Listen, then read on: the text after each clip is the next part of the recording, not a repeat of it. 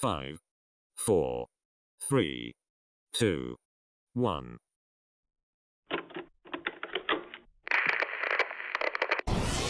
They ain't never seen nothing like this before. Lit the room when I came through the front door. Ask me if I should overcome, what for? Train in the trees, please pardon my sycamore. Touch burning sands, cross lands, and stormy shore seasons in the year, yeah. Ain't no challenge for champions and chain no fear. Yeah, the championship. Good morning, everybody. Good morning to you. It is Monday, November 16th, and you're watching Paleocrat Diaries every single weekday from 10-ish. I would say 10 to noon, but it's kind of gotten to the point that it's 10-ish, and I just trust you guys are along for the ride. And we normally go to noon, but we've been going to like 1. I don't know if I can do it today, though. I just don't know if I'm going to be doing a 3-hour-long show today because my voice is hit. And the reason it's hit is simple, is because I went to an amazing rally. I went to an amazing rally on Saturday, and it was totally amazing. In fact, the beginning of the show, we are going to talk about this amazing rally. I'm even going to show you the speech that I did. I think you'll enjoy the speech. I think you will enjoy it. Rumor has it, it wasn't half bad. I gave it my best. I gave it my berry best. But it was a whole bunch of fun. In fact, I've got some pictures that I want to show from this rally. But before we do that, I want to just make a quick announcement, real quick. And the announcement is this: no matter where you are, first of all, thank you very much for tuning in. We appreciate each and every one of you, especially, look, we're going to get a lot of new people. That's just the way that it is going to be. We are going to get a lot of new people, and it's going to be a whole bunch of fun. And one of the things that makes it so fun is not just that we get new people, but new people from all over the world. Like, for example, we have somebody here. Where did I just see this, man? Somebody saying that they are from overseas. Let's see. Well, we got right here. Hello from Wisconsin. Hello from Michigan. Yes, hello to both of you. But where did that comment go? We had it just a moment ago. I was looking at it. It was like, I'm from listening over here. Anyway, we got people from all over the place. India, South America, Ireland, Scotland, Wisconsin. We got people from Wisconsin. We even have people from Ohio. And look, if you guys know how I treat Ohio, that's actually a remarkable thing. But here's the point. You may be watching all over the place, right? Doesn't matter where you are. You could be watching on Facebook. There's like, 7 different channels, 8 different channels on Facebook. We've got a bunch of channels on YouTube. You could be over at Holy Faith Media. You could be at Paleocrat. It doesn't matter where you are. Twitch, Periscope, doesn't matter. D-Live. If you comment, I see it. This right here, what you're looking at right now, that is the comment section. And as you can see, we got these little symbols here. Actually, you see up high, you see the very top one. I posted this morning. I said, we're going to begin shortly, and you can see the different platforms and things that we're on up there. And so different things. Facebook, for example, we have people from Facebook. Yeah, Leona saying, God bless the Patriots, American people. Amen. Yes, amen to you.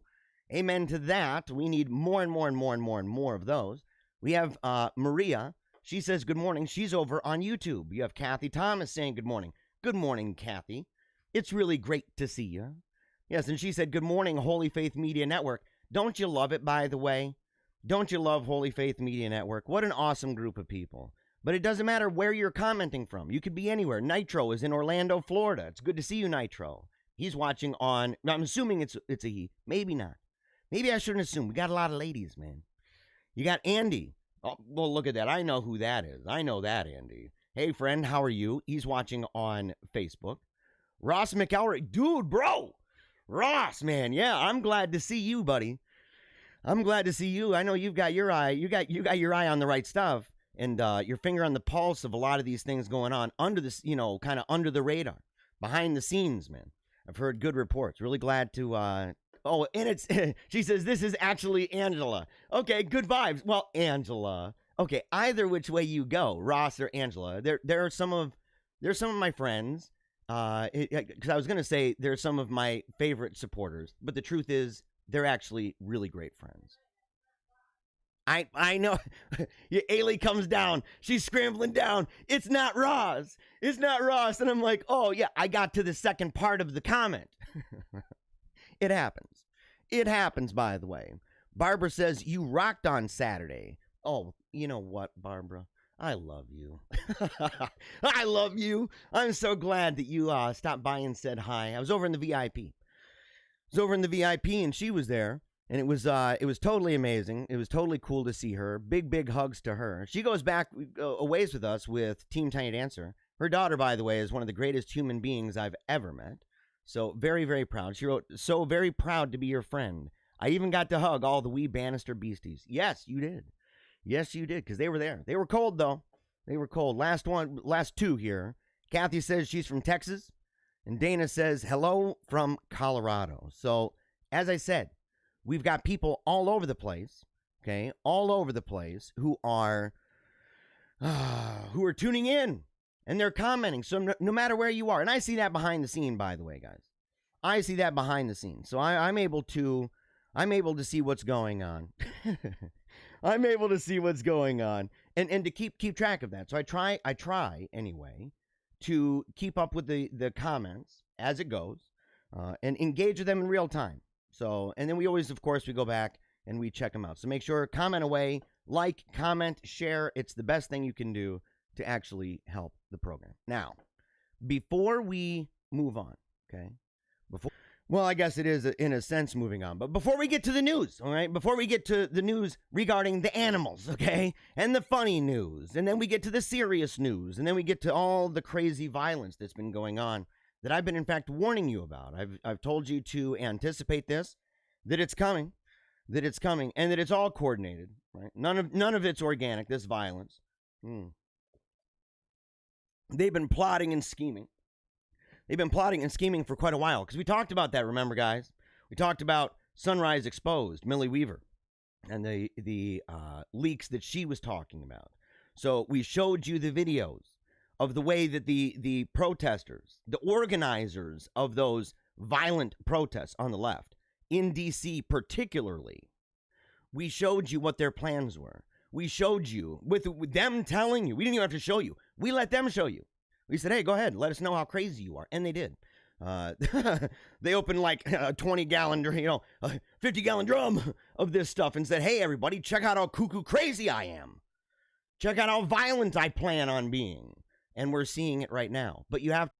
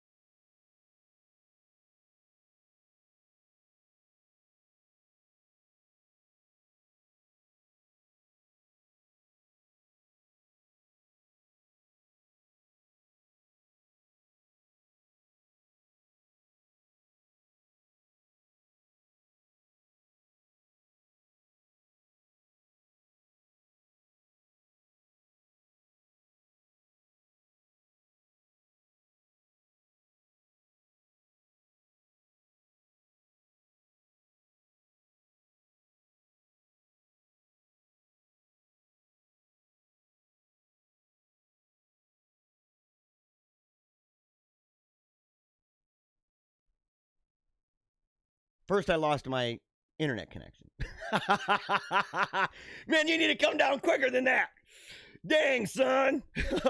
So, yes, man, I'm like screaming upstairs, we don't have the internet. And I said, I can't have that over the air. I can't have that going over.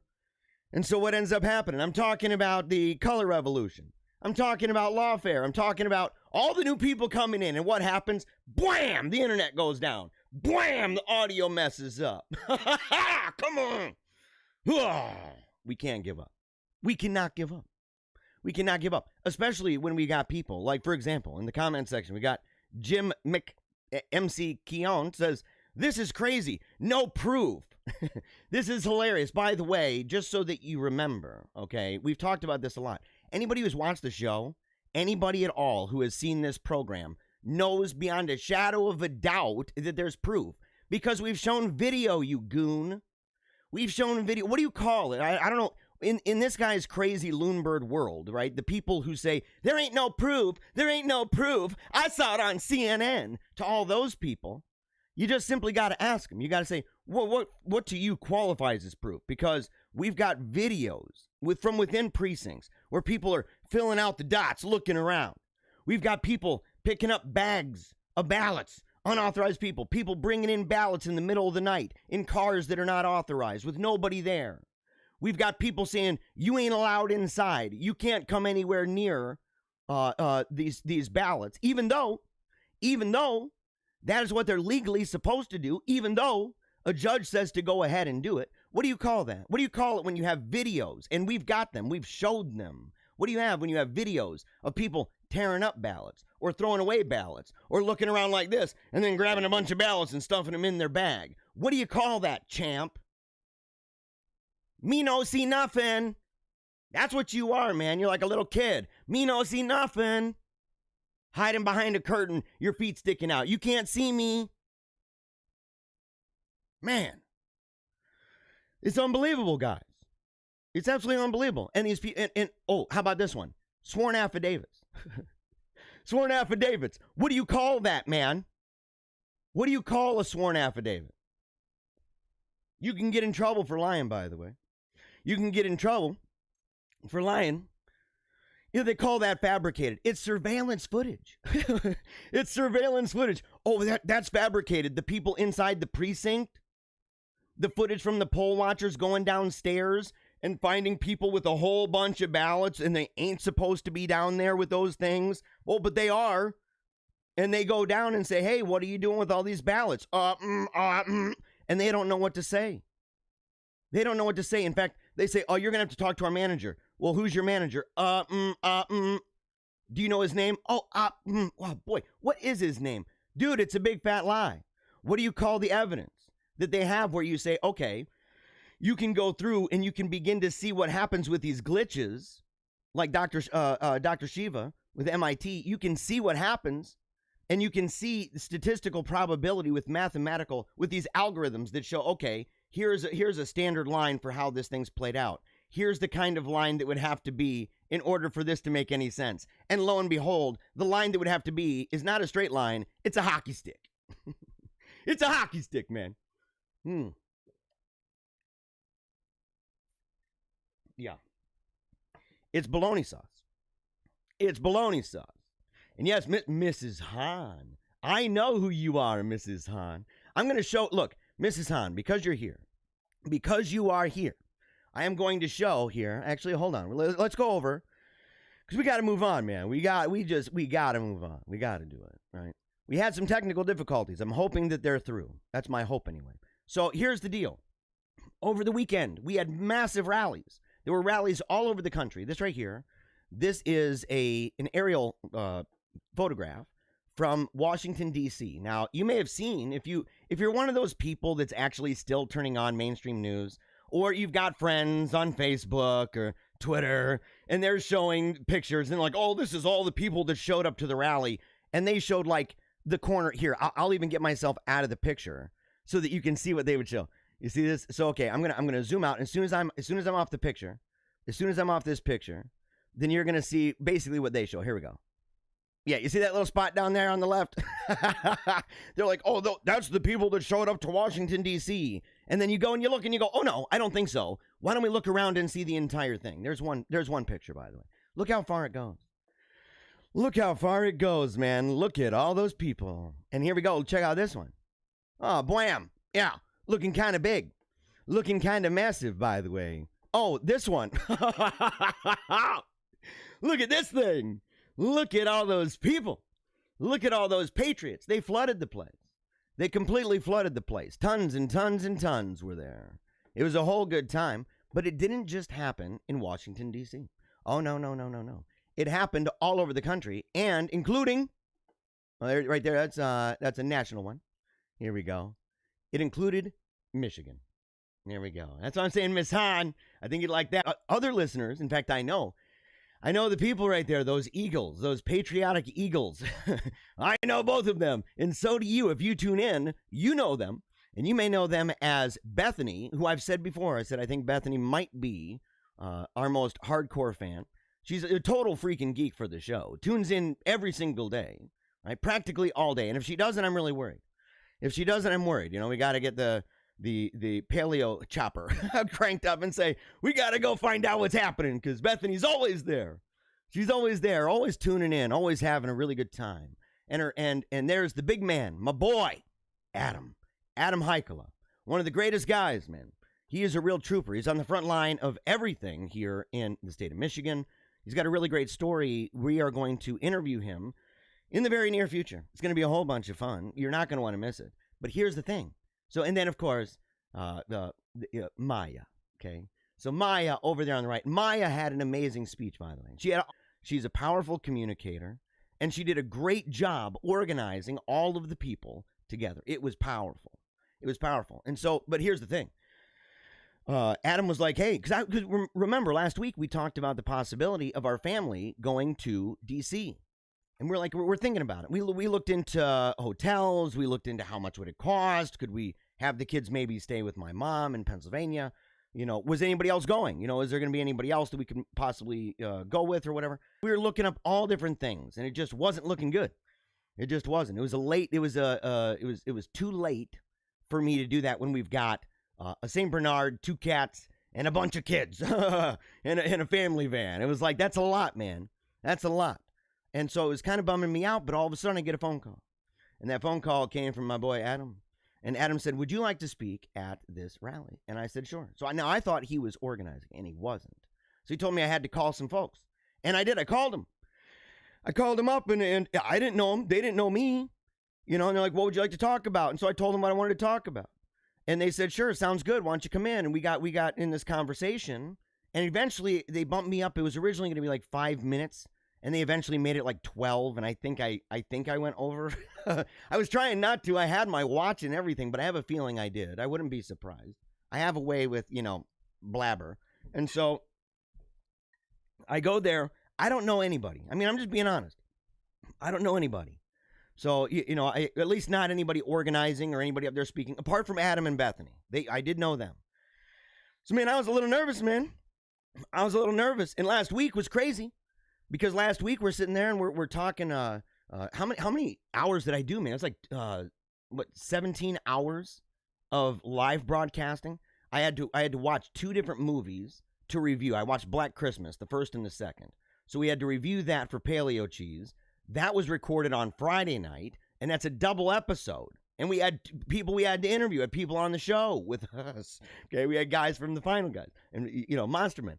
So it was crazy. I mean, it was like so much stuff to do, and I was nervous, man. So not only was did I not really, but I didn't have a lot of time to prepare. So I'm sitting there, my wife's driving, Ailey's driving the car. I'm scribbling down notes in my pad, in my notepad, and I'm totally nervous out of my mind. I'm totally nervous out of my mind.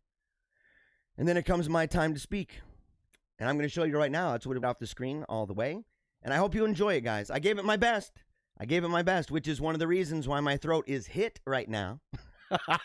It was cold, and I was thunder. I was thunder, man. In fact, one of the best compliments I got. One person said that it was the highlight of the event, right? That was in fact the best. That was my favorite comment of them all. But one person said, your voice over that microphone, right, blaring through and echoing through the streets, it was like a shot of whiskey. And I thought, you are good. I like you. You got to tune in. Ah, yeah, here we go. Yeah, Miss Hahn says, you were terrific. So glad that we brought you in and got you on those steps. Your message was powerful. Well, I'll let people decide. So with no further ado, we're going to go ahead and I'm going to show you the speech I did at the Stop the Steal rally at the Lansing Capitol in Michigan this past Saturday. You guys want to stay in touch with us? Yeah. Go to patriothub.org and just fill out the little form so you can be in touch with us. All right. Our next speaker is a daily national radio host with Holy Faith Media on 20 channels across YouTube, Facebook, Periscope, Twitch, and DLive. He also hosts a weekly show called Paleo Cheese, is resident political analyst for Meaning of Catholic, hosts Paleocrat Diaries. This is all above my head. I don't even know. We're going to learn a lot, aren't we? So he hosts Paleocrat Diaries, which is a MAGA mania show highlighting the accomplishments and countering the media smears of our president, Donald J. Trump. So I'd like you to please give a loud welcome for this man who is fighting on the media front lines, Jeremiah Bannister. Come on.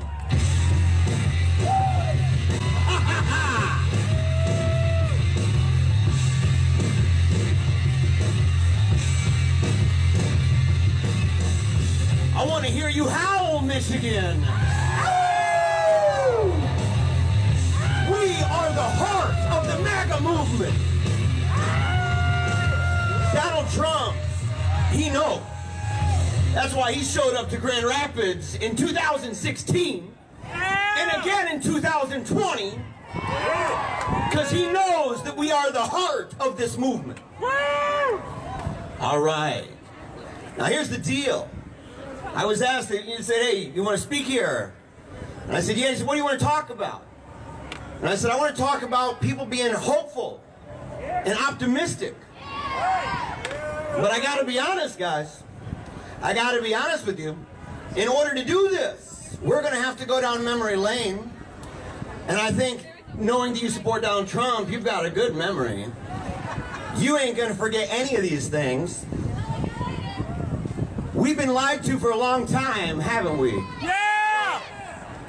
These people, my whole life, I'm 42 years old. 42 years young. I feel good. Yeah! Right? Do you feel good? Yeah! Donald Trump makes us feel good, doesn't he? Yeah! He's like, I watch him and I'm like, he's younger than I am. I know they say he's in his 70s. I think they're lying to us. I think he's like 30. Gosh, man, how does he do that? He's Rambo, like that flag. Here's the thing. Oh, sweet. I remember. I'll just go through my lifetime. If you remember these things, you let us know. I remember when tolerance, diversity, and multiculturalism first started coming around. Bullshit. Yeah, that's right, exactly. Tolerance, except for us. They wanted us to tolerate everything under the sun. And it sounded good. And we were very scared, in fact. We said, oh, we know what you're about. You ain't nothing new. There's nothing new under the sun. It's going to come at us. Oh, no, no, no, no. We'd never do that, would we? Look at us now. They call us deplorables. Do you wear that on your sleeve, by the way? Because I do. Who's a deplorable in this crowd? Nobody! I said it again. Who's a deplorable in this crowd? Diversity. It's a caricature in a cartoon. Right? They sit there and they've divided everybody up into their race. They've broken us down to be divided as if our interests are not purely American. They put hyphens in front of everybody, imagining that we've forgotten, but we have not. Because we were taught a long time ago. How many of you were taught as kids? Red and yellow, black and white. We are precious in His sight. Amen. Yeah!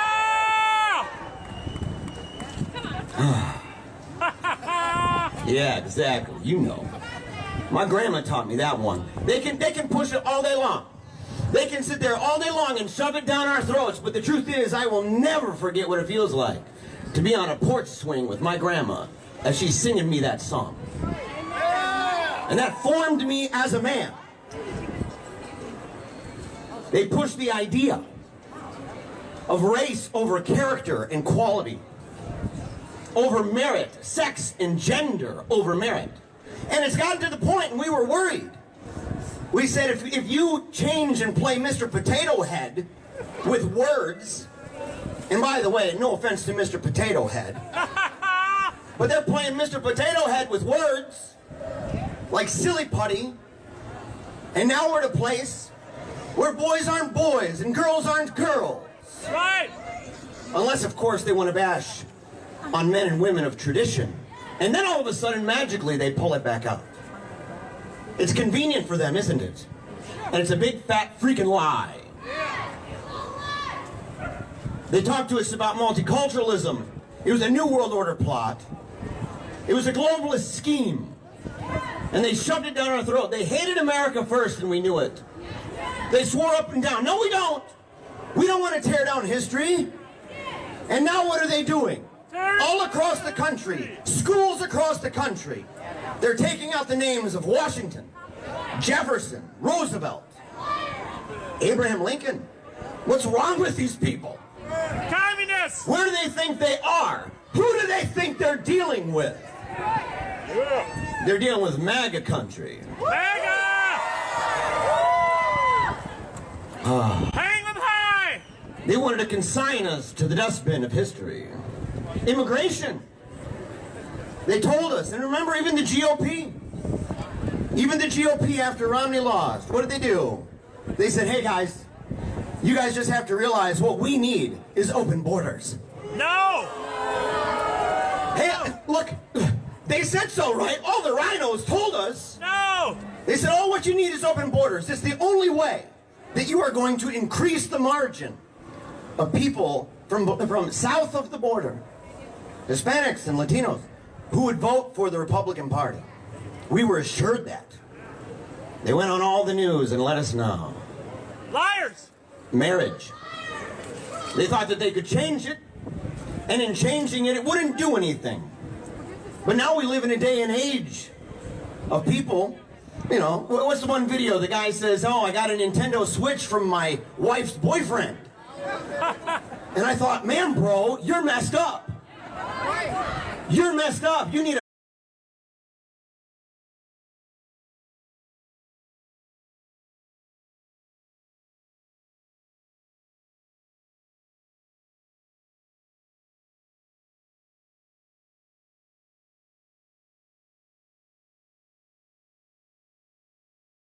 They were shut in and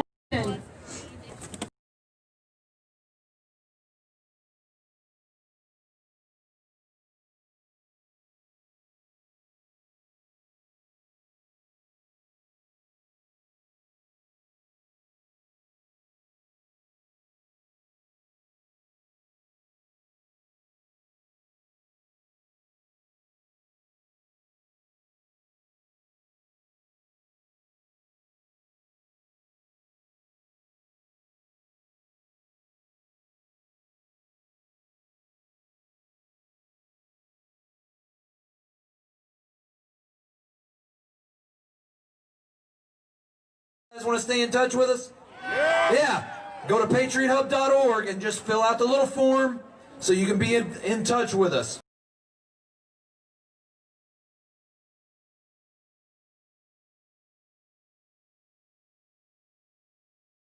All the rhinos told us. No! They said, oh, what you need is open borders. It's the only way that you are going to increase the margin of people from south of the border, Hispanics and Latinos, who would vote for the Republican Party. We were assured that. They went on all the news and let us know. Liars! Marriage.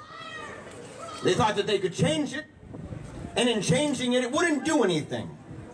But now we live in a day and age of people, you know, what's the one video? The guy says, oh, I got a Nintendo Switch from my wife's boyfriend.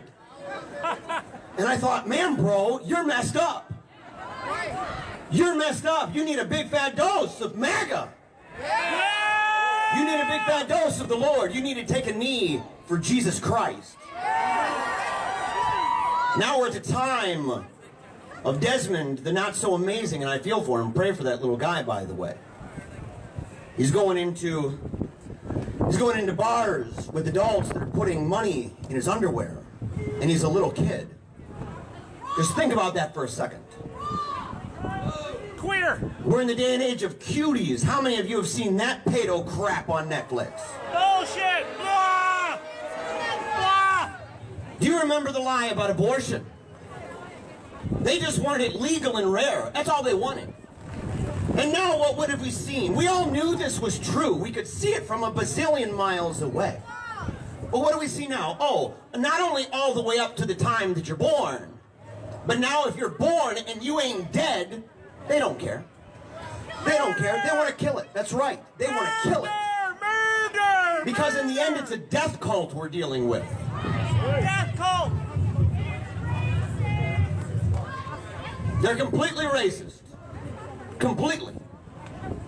They lie and lie and lie. We could go down the list. Jobs. Remember when they said those jobs ain't coming back? How many of you guys lost your jobs because of free trade agreements? I'm from Battle Creek originally. Battle Creek was busting at they were busting a move all over the place. Amazing jobs. Middle class America. And I watched it decline. I watched jobs bleed out of that bugger. Remember Ross Perot? Sucking sound. Giant sucking sound. How many of you heard that giant sucking sound as all the globalists assured us it's okay that your job is going overseas? Liars. They lied. War. How many of you have been sent to war? How many of you know people who've been sent to war? And they assured us we needed to go there. We needed to go there. It was in our interest to go there. And we'd only be there for a little while. How long has it been? And eventually, remember ISIS? And by the way, I don't want to get too optimistic too soon. But the truth is, I had to say, do you remember ISIS? And why is that? I know somebody who kicked ISIS's ass. Donald! You could go down the line with news, fake news. Every single day, the lies, lie upon lie upon lie upon lie, and they do it with a straight face. They're all mockingbirds. They just echo each other. It's all that they do. There's nothing that they can provide that's true. Hang them high! They're the enemy of the people, you know. I've heard it on good authority that that's true. But then, there was a guy that came down an escalator in New York. I remember that day. Where were you? I shall never forget that day. And I know you won't either, because the man that came down that escalator was saying things that had never been said before at that level. Never. He spoke like us. He wasn't corrupt. He was a man of principle, rough around the edges, and people complain about that. And I said, you know what? He's an icebreaker. Anyone who's familiar with the ocean, there's these massive sheets of ice, and sometimes you need this huge boat. This massive boat that is able to crack through those sheets of ice. It has to be hard. It has to be able to withstand some of the most brutal weather. Right on, brother! That is Donald Trump.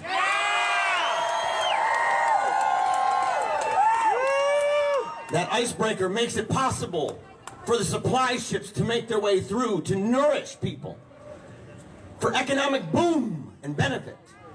We are those ships. Our jobs and our talent and our skills, those are the supplies.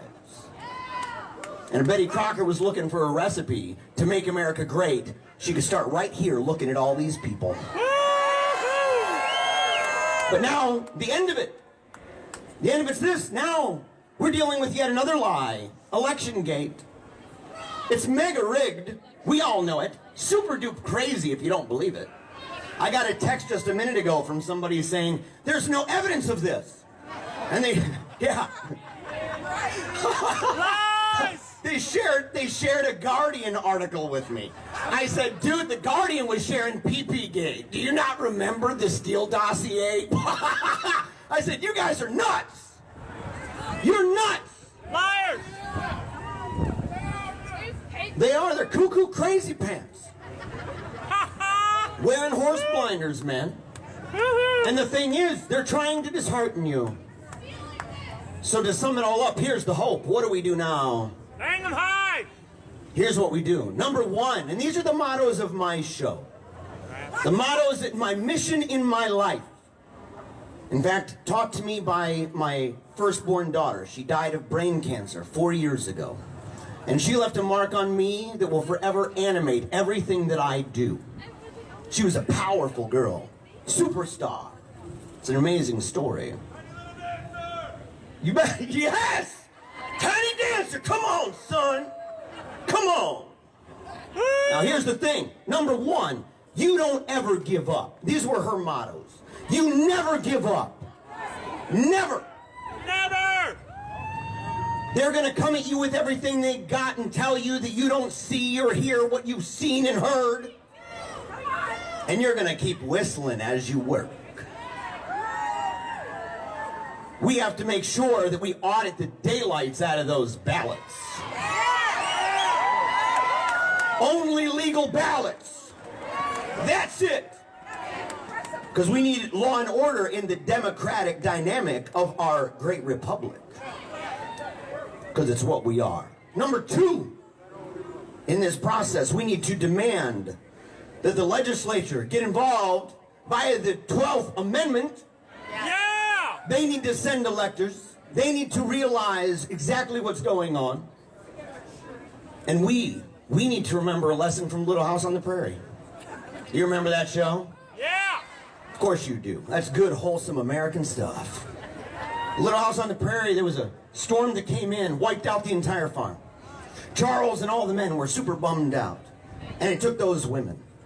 And those women had an idea. They said, wait a second. The book of Ruth has a threshing floor. We need to go back to some old school techniques. We need to think outside the box and find our plan in the Bible. Because God's got a God's eye view. We need, number two, keep on smiling. No matter what, you need to smile. You need to realize you are already victorious, no matter what happens. And the reason why is not only because you've got the truth burning inside of you, but because you serve the God of all history and mankind. And lastly, I gotta look at this clock. And lastly, I'm going to use a Latin phrase. Memento mori. It means remember death. Why would I say that? Because if you remember your death and that you remember that you are mortal, number one, it will make it so you don't play God with other people. That's the problem of the Democrats. You're not going to treat programs and policies as if you are a creator.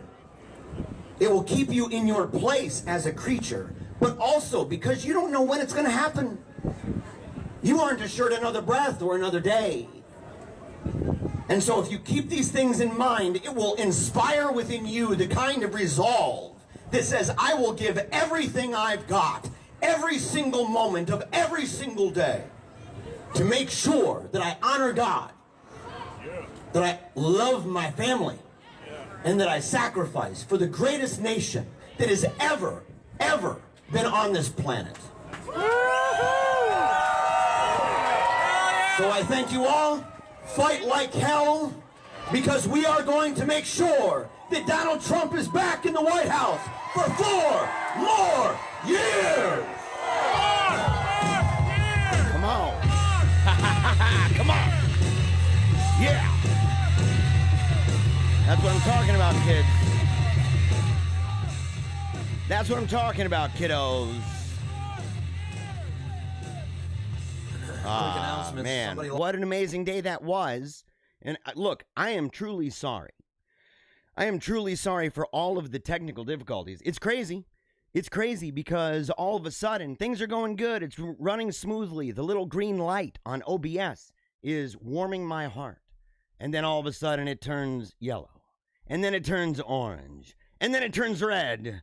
And then it's a big fat 0 KBS per second. Or KB per second. KBS, yeah. Kentucky Bourbon Stout. Yeah.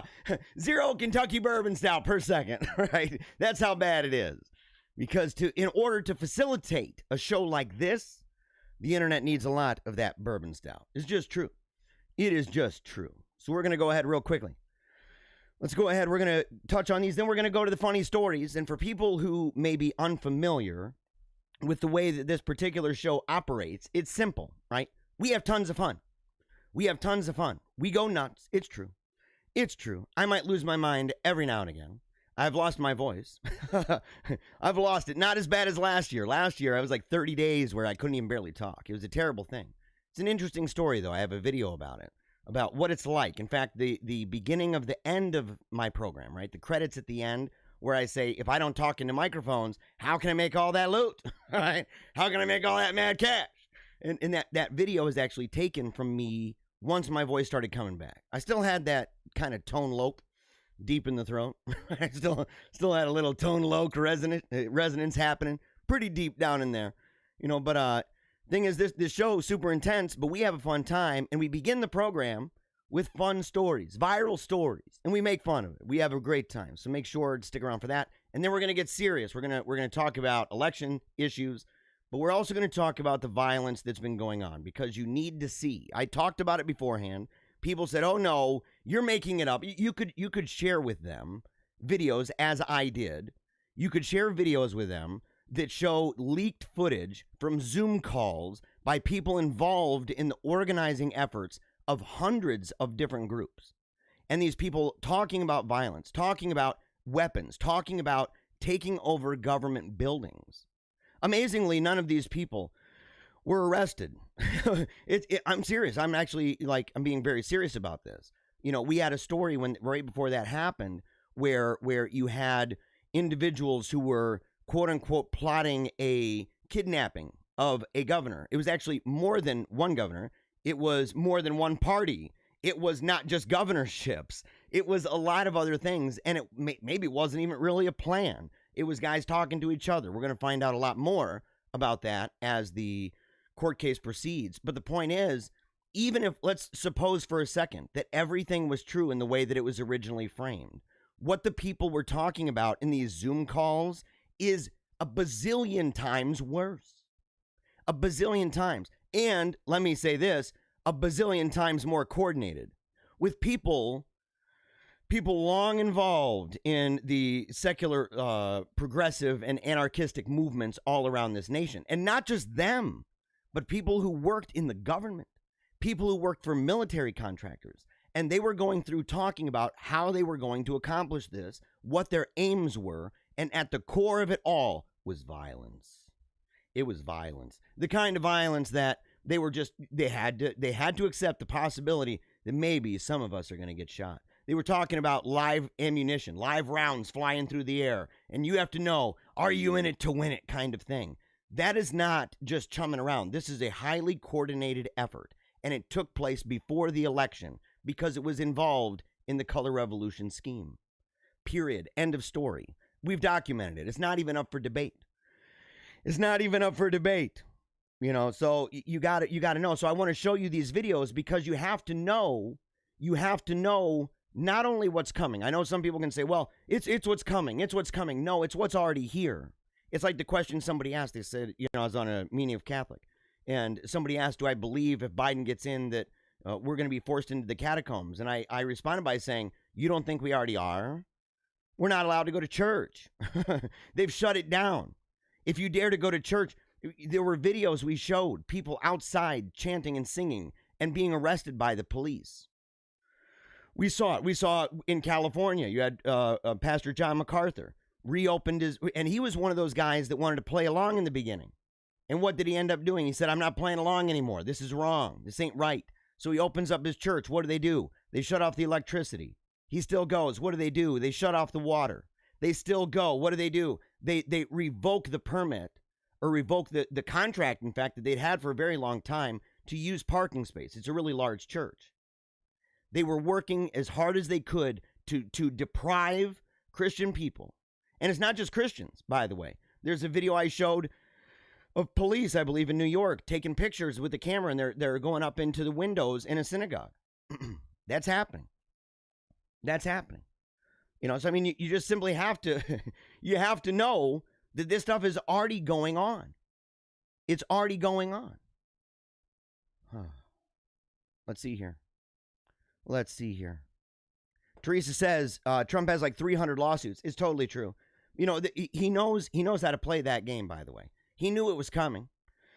The people around him knew it was coming, right? And he also knew there was people around him that were part of that, the part of the coming. And he knew they were there. He maybe didn't know exactly who they were, you know, but they've been there the whole time. The resistance is a real thing. It's a real problem, by the way. Yeah, I got somebody here. Religion should not be used by politicians. I don't believe in that. I don't believe in that at all. You know, I don't believe that we can separate our most ruling assumptions about the world, about what the world is, what reality is, who and what we are, what is an issue of truth or justice. We can't separate those most ruling assumptions that we have from things to do with policy. So it's impossible. Plus, so much of the political economy is wrapped up in moral theology. So there's just no way. There's just no way for that. Martina Bariak says, pray for Joe Biden. He's Catholic. Trump not president again. Be wise. For one, Trump is president right now. Number two, it's being contested in a court. And you may not know this, Martina. You may not know this, but, you know, kind of like Joe Biden's Catholicism is pretty heterodox, by the way. And many places won't even give him communion because he believes, you know, in murdering babies and stuff and cutting off the wee-wees of little boys and the breasts out of little girls in order to make sure that they can be whatever the video game in the brain is telling them. So, but you may not understand this, but in a republic such as our own, your vote is not the end all of this. My vote is not, right? We have electors. And in contested situations, in fact, not even that, just constitutionally speaking, electors, the power of electors and the power to send those electors resides in the Congress. And so they have in fact, they have a responsibility. They can delegate that authority, kind of like parents can delegate authority to teachers, but teachers don't become the supreme authority, right? That's why you have in loco parentis, right? In place of the parent. It's a similar thing here. They can, and if you have the authority to give, you have the rightful authority to take back. That's the way that works. It's also why we have God-given rights. That's why we have God-given rights and not state-given rights. We don't treat it as if the state is God and that they're just pumping out rights like lemon drops and lollipops out the back of a float at a parade. Because if the state has the power to do that, the state has the power to take those things away. And so, yes, we're being very wise, but you should, in fact, pray for Joe Biden. You should pray that he will, in fact, embrace the Catholic faith of his baptism. He should remember his baptism. They should go back and reread. He should reread what that means and what that vow is and what that covenant means for his life, for the remainder of his life. He ought to do that because right now he's not in good standing with the church. That's just the way that goes. Miss Zahn says, you were terrific. Yeah, so glad we got you in. Thank you very much. I appreciate that. I'm glad you got me in there. I am, you know, I haven't done this in a long time. You have Alzira Araujo. Go F yourselves, all of you. Wow, that person, you know, pray, by the way, pray for Alzira. Pray for that bugger. He obviously is suffering from a debilitating case of Trump derangement syndrome. That's a really serious thing. And by the way, I know it comes off a little snarky, but the truth is Trump derangement syndrome is a real thing. You know, they're like, you know, the bubble blowing, Play-Doh rolling beta people, and they're really struggling. They haven't been able to get over it now for a very, very, very long time. Donna, I know Donna.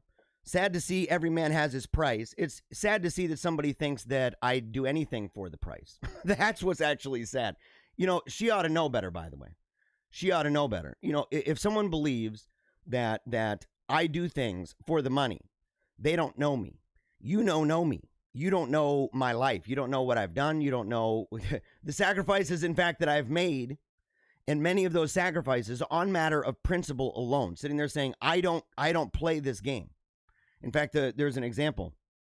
I was talking to a buddy of mine recently, and I was talking to Chad. He's one of my best friends in all the world, man. Really great guy.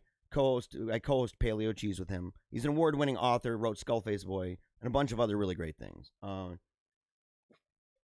were talking about this very issue, and I was telling him, I said, I have a consistent pattern, like going back as far as being the chief aide to a lobbyist in New Jersey. I was a chief aide to a lobbyist in New Jersey, and it was the 2004 election, and I was the guy that they said, look, you got to find the dirt on the Democrats when it comes to issues like abortion and homosexuality and things like that. And so that was an easy thing to do. But when I did that, I started stumbling on a lot of things to do with George W. Bush that were really disconcerting. I mean, it was super concerning, right, in the heart. And I was really bothered by this. And so I assembled all of the evidences and every, for the Democrats and everybody. But some of the things with George W. Bush, and I remember talking to some of these bigwigs in New Jersey. We're sitting down in the cafeteria, and I give them the dossier, right? Give them the dossier. And I also, I present to them this stuff that I had learned about George W. Bush and population control and other things, and some of the judges, in fact, and that he was hoping to even bring to the Supreme Court, and decisions that they'd made, particularly about abortion and being 15 years old, and the ruling being that you don't need to tell your parents. You can go to school, and a school counselor can say, hey, look, why don't we go up to the baby murdering factory, and we'll take care of business down there, and you don't even have to tell your parent. And it came up because it was botched.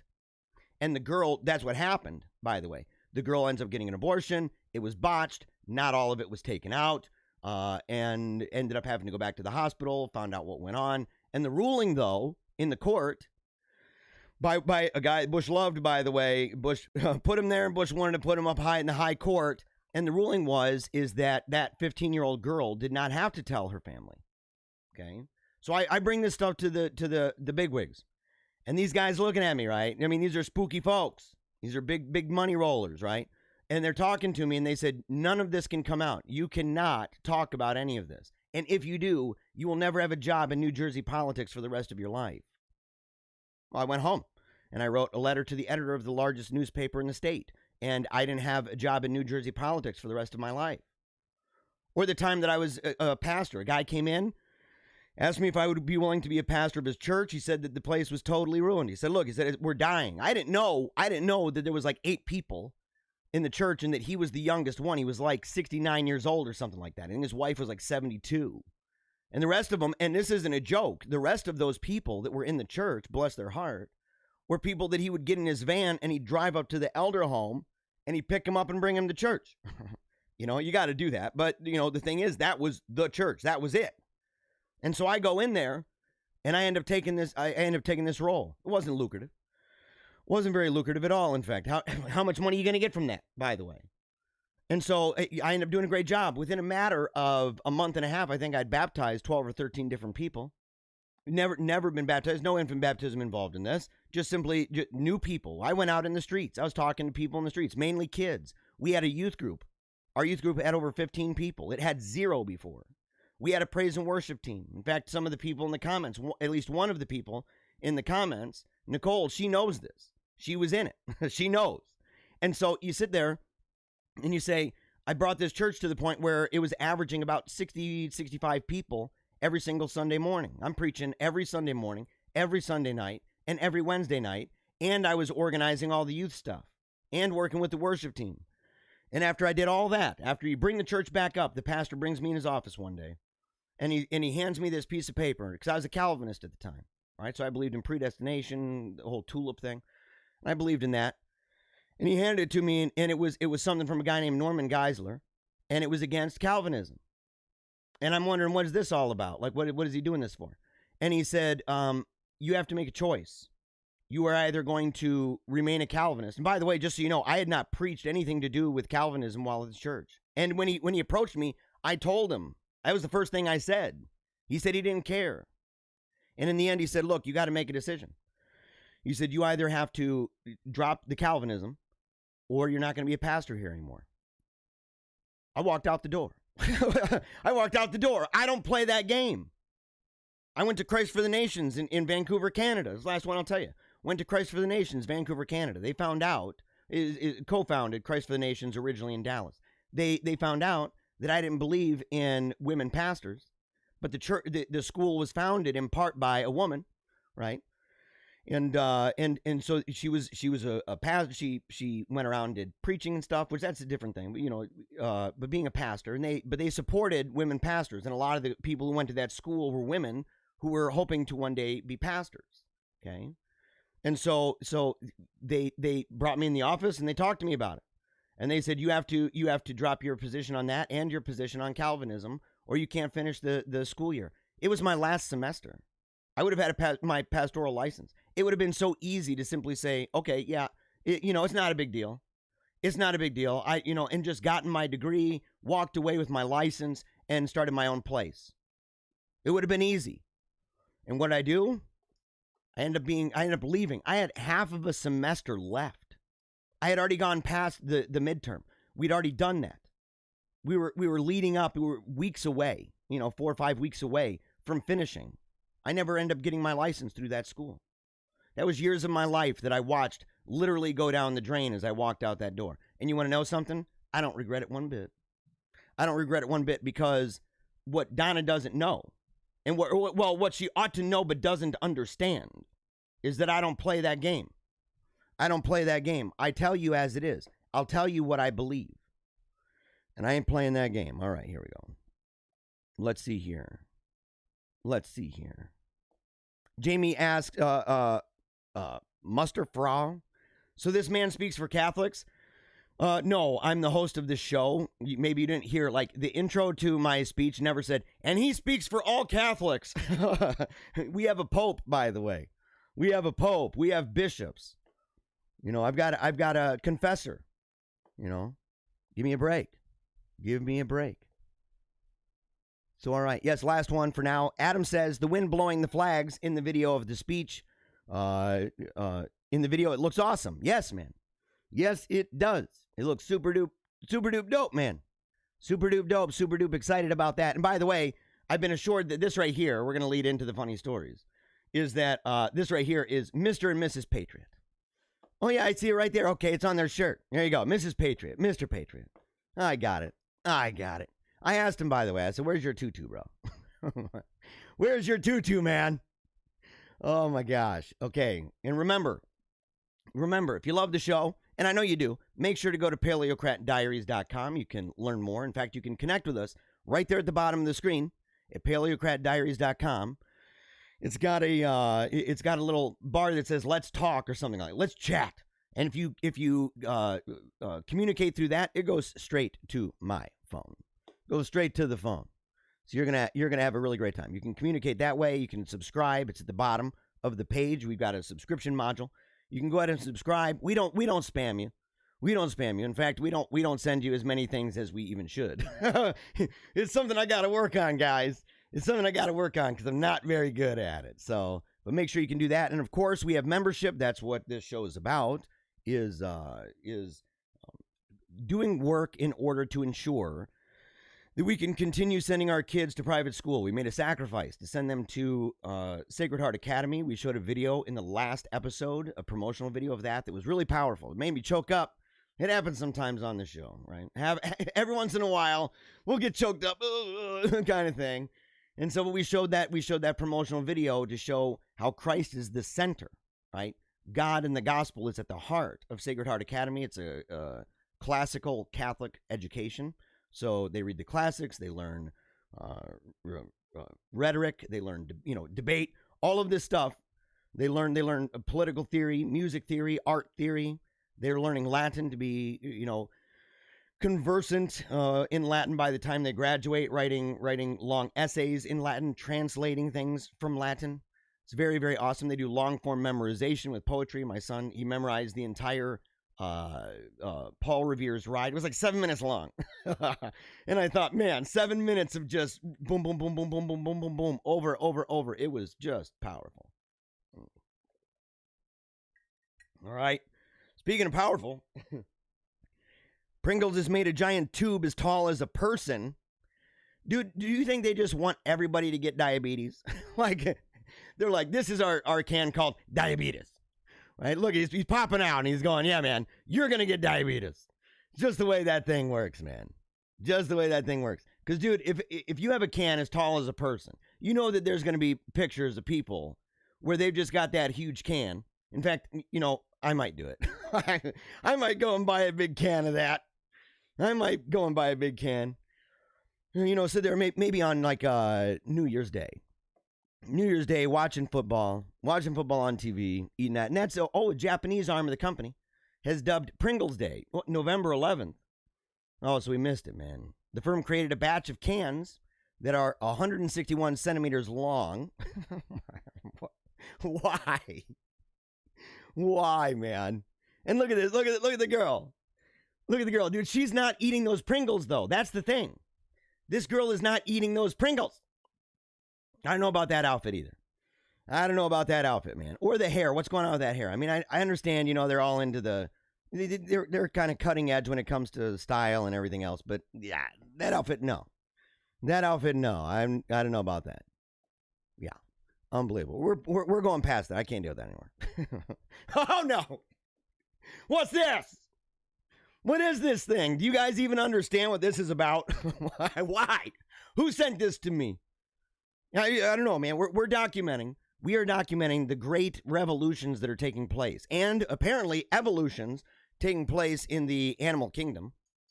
I've never seen, by the way, anything like this with a cat with human feet. It looks like a hobbit. It looks like a hobbit without any arms. What's going on with that? What is happening in this picture, by the way? Why? Beware of this. If you guys see this thing, you got to book it, man. You got to book it. It is up to no good. I can't imagine that this is our friend. And look, I like the cats, but this right here, this is a monstrosity. And I've said the cats are on our side. But I know that nobody on our side would be tinkering around with the natural order to try to make it so that a cat has hobbit feet. And no arms at that. No little paws. What is a cat without its paws, man? And it's just looking sad. It's looking out a window like it's listening to some, you know, what is it, Iron and Wine? It's listening to some City in Color. Oh, man, some Dallas Green crying. Listening to Dashboard Confessional. Oh, man. Emo cat. What's up with this? Freshly groomed dog left, quote, looking like a Smurf after biting into ink cartridge. Oh, really? That's a cute dog, by the way. You know, I've always kind of loved those dogs, man. I always have, dude. 7-year-old. Is it Bichon? How would you pronounce that? Bichon Price? Rosie was rushed back to the dog groomers just 24 hours after her last appointment when she raided a kitchen bin and bit into a blue ink cartridge. Why is a blue ink cartridge in a kitchen bin? I just don't know if I believe this. Is this fake? This is over at mir.co.uk. A dog owner was forced to return her pet to the groomers just a day after her previous appointment when the dog's daring bin raid went hilariously wrong. 7-year-old dog Rosie's white fur was looking immaculate after she was treated at a 40-pound cut and blow dried by her owner, Tracy Collin. Yeah. Oh, wow. Dude, look. This dog, is this real, dude? Look at that smile. It doesn't look real, man. But you know it is. It's got to be. It's got to be real. Let's see if we can zoom in on this little bugger. Look at his face. Look at that bugger's face, dude. Don't you just love that? I'll tell you what. If I went to the pound, right, and I go there and I see a bunch of cute dogs, but I see one looking like that, that's the one I'm getting right there. I'd get it. We need to breed him to look like that. But the mouth kind of looks like, Cookie Monster. I don't know about this. Looks like a puppet mouth. Dude, that is like the cutest thing I've ever seen. I'm falling for it, guys. I'm falling for it. I try to keep my guard up because we know that the dogs are a little shady, right? The dogs are a little shadier than cats. And the dogs have done a lot of things. They're kind of naughty, man. You know, the cats are definitely on our side. The dogs, 50-50 split. But this dog here, man, we got it. Maybe that's a way that we can kind of mark the dogs to know which ones are on our side. You just, rub blue ink on their face. That's how we're going to do it, man. That's how we're going to do it. Oh, dude, whatever happened with that little bugger? Funny pictures show Rosie sheepishly waiting in the bath for her lift to arrive. Oh, so she's going to go somewhere. She's on a lift ride. She's on a lift ride. Where are you going, Rosie? Where are you going? Oh, man. Okay, what's this? And by the way, if you guys have funny videos, make sure to send them. I always love seeing them. And we kind of blow through these a little bit. It's already 11:22. It's amazing, by the way. It's amazing the time is flying so fast. I'm going to try to go through this real quick. Here we go. What is this thing?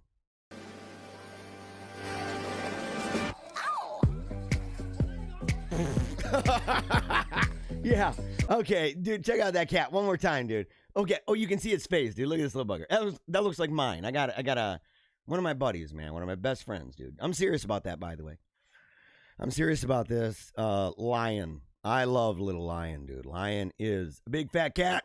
And he's getting older, man. It breaks my heart because, all of us one day will die, including little Lion. And I love that guy, man. He sleeps with me every single night. And he always tries to get under the blankets. I mean, if I put the blankets, because I like a fan. I don't know if you're like me. I like a fan. And so I've got the blankets up by my face. Man, he will put his paw like this into the blanket and start whapping me in the face. Whap, whap, whap, whap. I'm like, oh, what?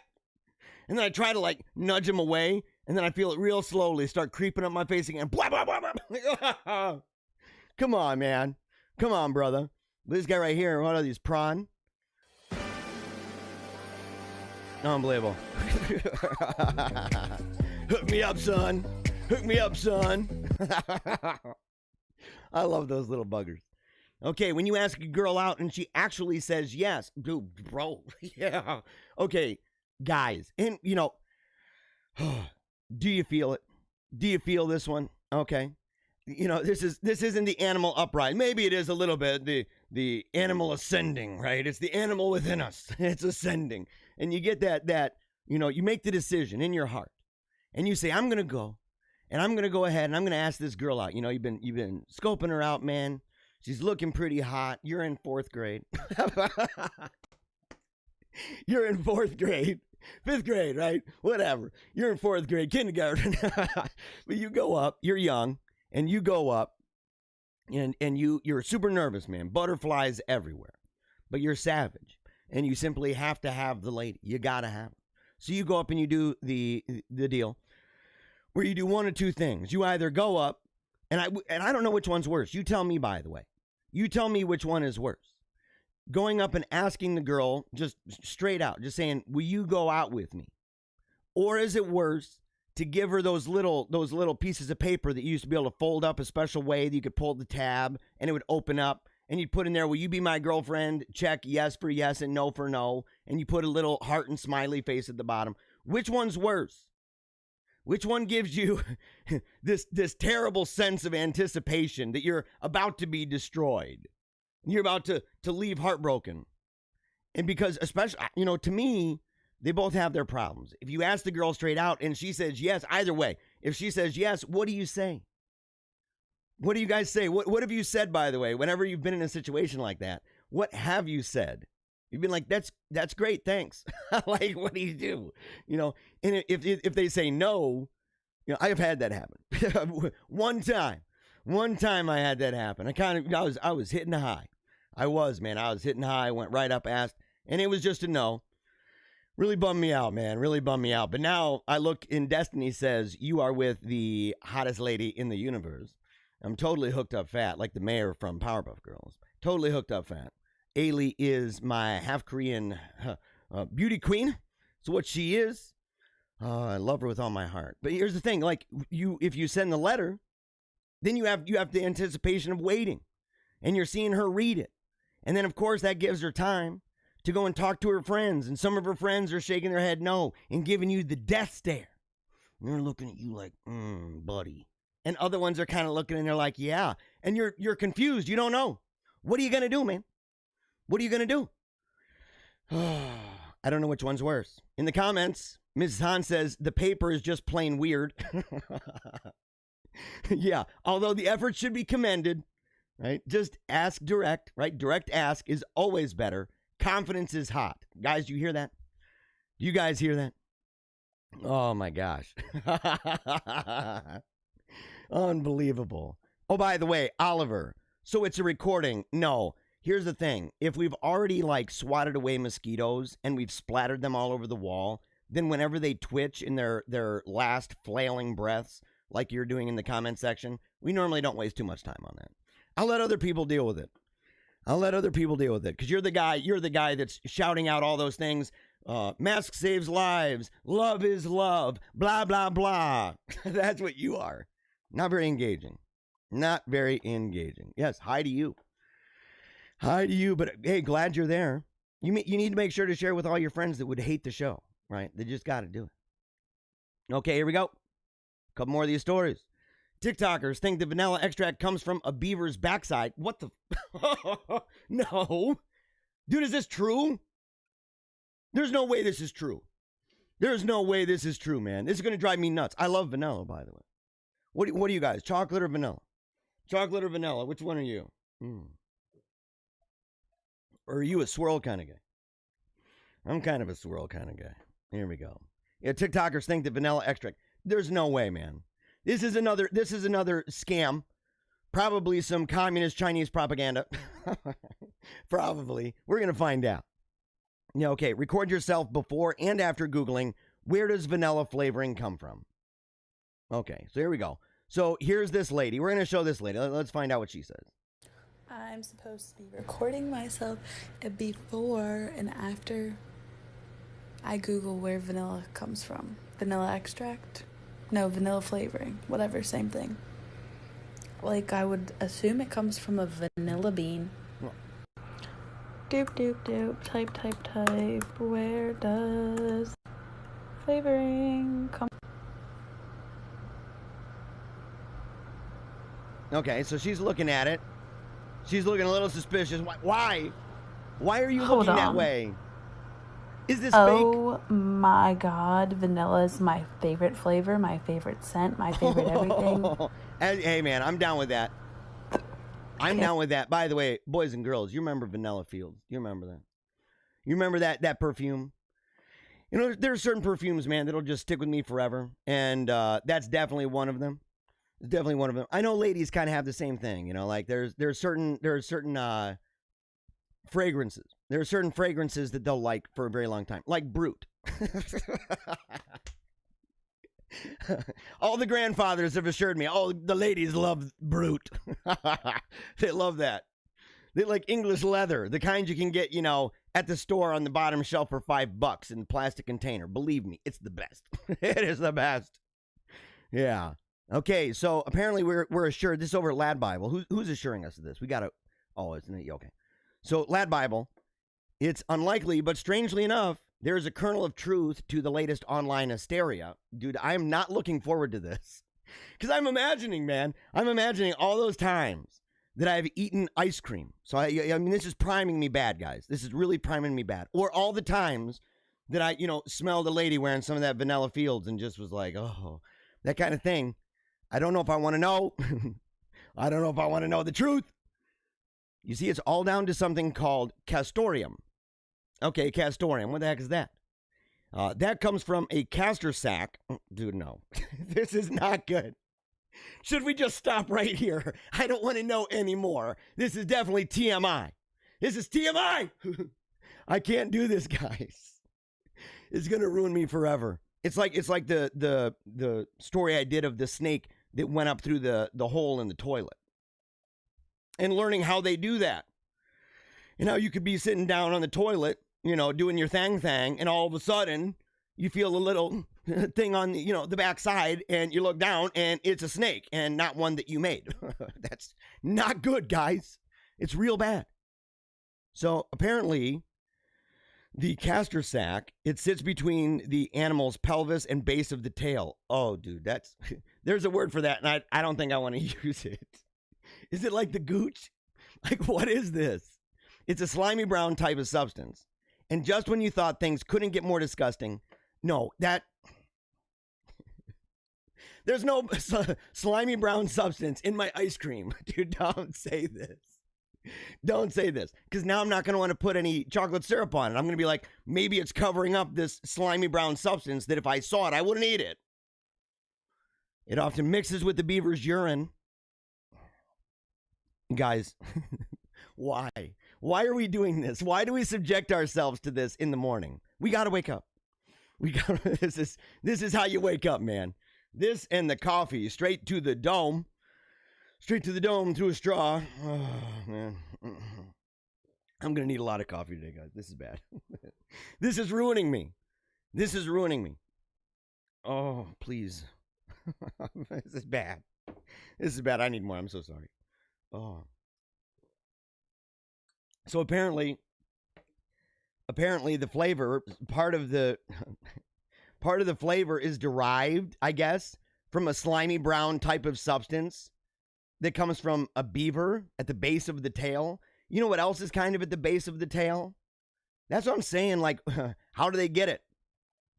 You can rest easy, though, because whilst it was much more widely used in the past, oh, okay, so this is a relief, and could account for why so many beavers were killed in the olden days, it's more likely nowadays that your vanilla ice cream contains either real vanilla or another synthetic additive. Okay, that's great. That's okay. It's at least reassuring. It's at least reassuring. So let's see here. Back in 2013, Joanne Crawford, a wildlife ecologist from Southern Illinois University, told National Geographic, quote, "I lift up the animal's tail. I'm like, get down there and stick your nose in its bum." Why? No. Why? Why would you say that, Joanne?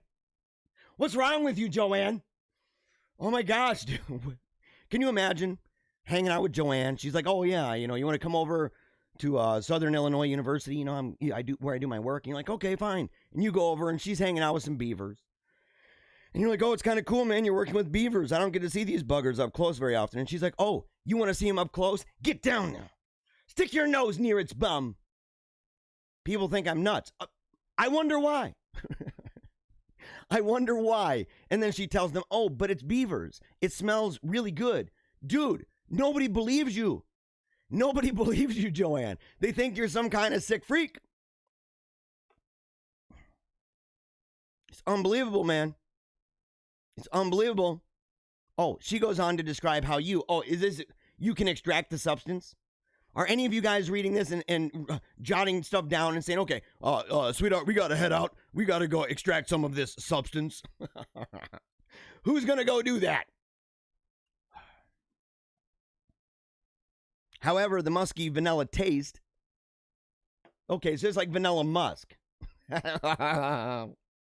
Has encouraged someone to go out there and milk the glands of a beaver. Oh, no. She says you can milk the anal glands so you can get extra fluid. Dude, no. This lady is sick. I'm moving on, guys. I can't deal with this. I can't deal with it. And this looks cuter. What's going on with this thing?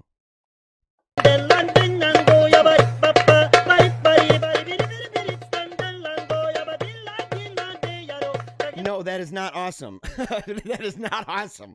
You guys are killing me today. What's going on with this? What's going on with this? You guys couldn't find anything better. You couldn't find anything better. So you're sending me this band, a cat and a dog with a tambourine. What's going on with this? Why? I mean, okay. They're doing a lot of things that are really, concerning and everything. But I think that this right here has probably been going on for a very, very, very long time. I don't think this is new. You guys have not impressed me with this. You have simply not impressed me. Baby gifted adorable puppy for birthday, can't stop laughing at his new pal. Aw. So, okay, I don't know if this might ruin me. Oh, no. Is there a video of it? Is there a video of this bugger? Oh, no. Oh, no. Dude, there's no video. Oh, wait a second. TikTok. Dude, we all know, man. These people are TikToking it up. That's why they're like, they're thinking, what should we buy for our son? And one of the primary considerations they had was, well, we're going to TikTok the daylights out of it. So let's make sure we do X, Y, or Z. Jack Frank on TikTok. Oh, it has 11 million views. He's in it for the fame and fortune. He's not buying it because he loves his kid. He's buying it because he wants more TikTokers. That's why. Dude, I wanted to see this. I actually wanted to see this video. Can we see it? This is going to drive me nuts if I can. It's actually going to make me really upset. Let's see here.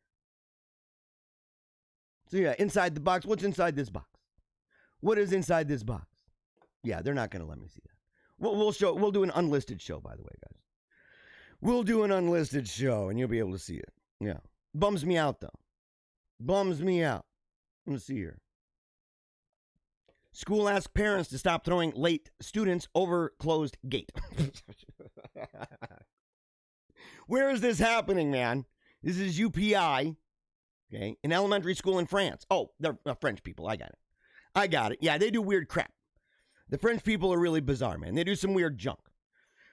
You know, but hey, look, there's an uprising in France, man. People have finally had it. Because there's a lot of animals on the street. There's a lot of savage craziness going on in the streets of France. And so the people are like, look, we're not taking it anymore. Yeah. So an elementary school in France put up a pair of posters ordering their fence, or outside their fence with an unusual request for parents. Don't throw late students over the closed gate. Have you guys ever done that? All the parents out there. Have you guys done that? You're late to school. You're flying down the school zone at 50 miles an hour, way over the speed limit, and you're like, tuck and roll, son. And they're like, what? You go, you toss them out, and they tumble. And you're like, look, you learn the hard way. You know, some people got to learn the hard way. You'll be all right. They're resilient like that. So, but have you ever thrown them over a fence? Have you ever done that? I don't know, man. I have not. I've never been to that place. I've never been to that place in my life where I'm like, throw them over the fence, guys. You just got to do it. Let's see. The Trilad School in Avignon, we actually did a story about that not long ago. Put up signs outside its gate showing a cartoon of a parent sending a small child airborne to get over the fence. The text on the sign asks parents not to throw their children and instead wait for the gates to be opened. Okay, so they have to wait. Well, they have to wait till 10 or 3 p.m. Oh, yeah. Well, no. They're like, nope. We got to drop the kids off. We can't wait. I'm going to get fired. It's easier if I just chuck the kid over. That's what it is. This is like the new form of, what was it that they used to do, man? Where they would chuck midgets, right? And that, I don't think they still do that at like circuses and carnivals and stuff. I think it became taboo, right? Because little people don't hurt anybody. And you don't want to play around with that. I have that on good authority. But the thing is that, you know, kids, is this the new thing?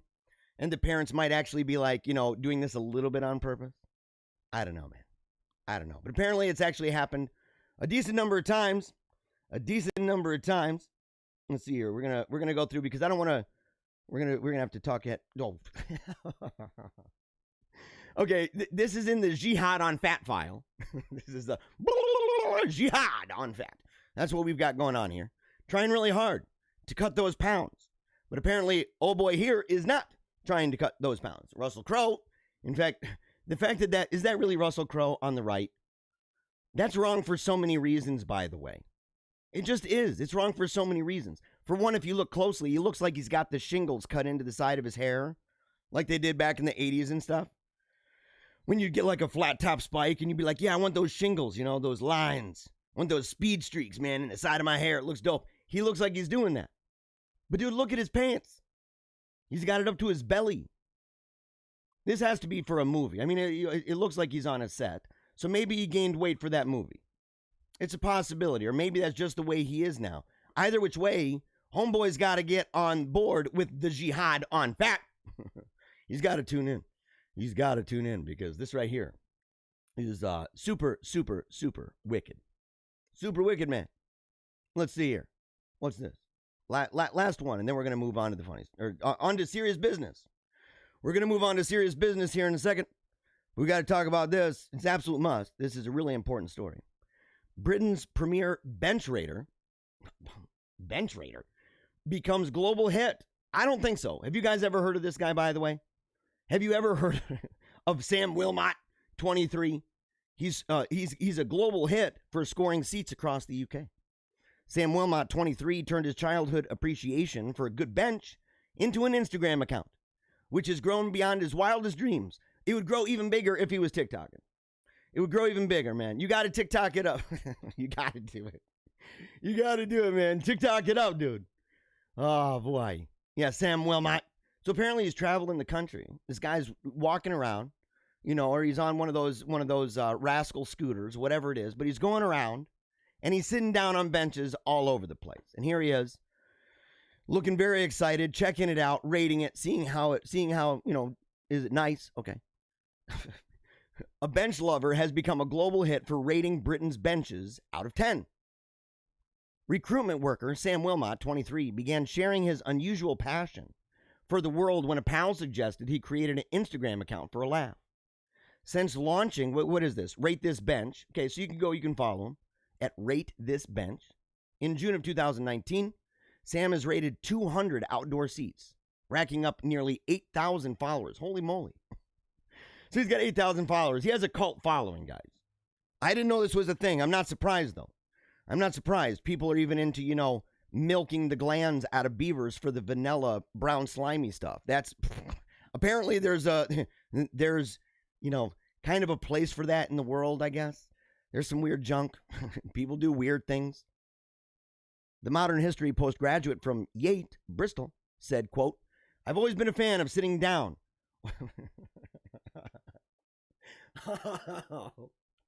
I've always been a fan of it, guys. You're like, hey, dude, like, what are you into? He's like, I really like sitting down.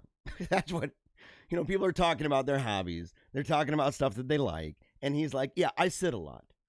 And you go, yeah, it looks like it. It looks like you're sitting an awful lot. Maybe too much, buddy. You might be sitting a little bit too much. I don't know. I don't want to bust his chops too much because he's probably a fun person to talk to. Let's see here. He had his eye on a good bench. Yeah, he had an eye for a good bench from his younger years. Here he is again. But see, he's got the flat face. That's like a poker face. Maybe he didn't like that one. Maybe he's like, this one right here scores very lowly. It's very low on the scale. Not very fun. Oh my gosh, that is hilarious. This is hilarious. Oh yeah, by the way, Chronic Sinner Z. It's live, by the way. I don't normally respond to people who are trolling. And I've already talked about that because Oliver Walters, if you go to the previous episode, I owned that dude for like a long time. And so did the people in the comment section. They pile drived him, splattered him up against the wall. So what he's doing today is no different from that.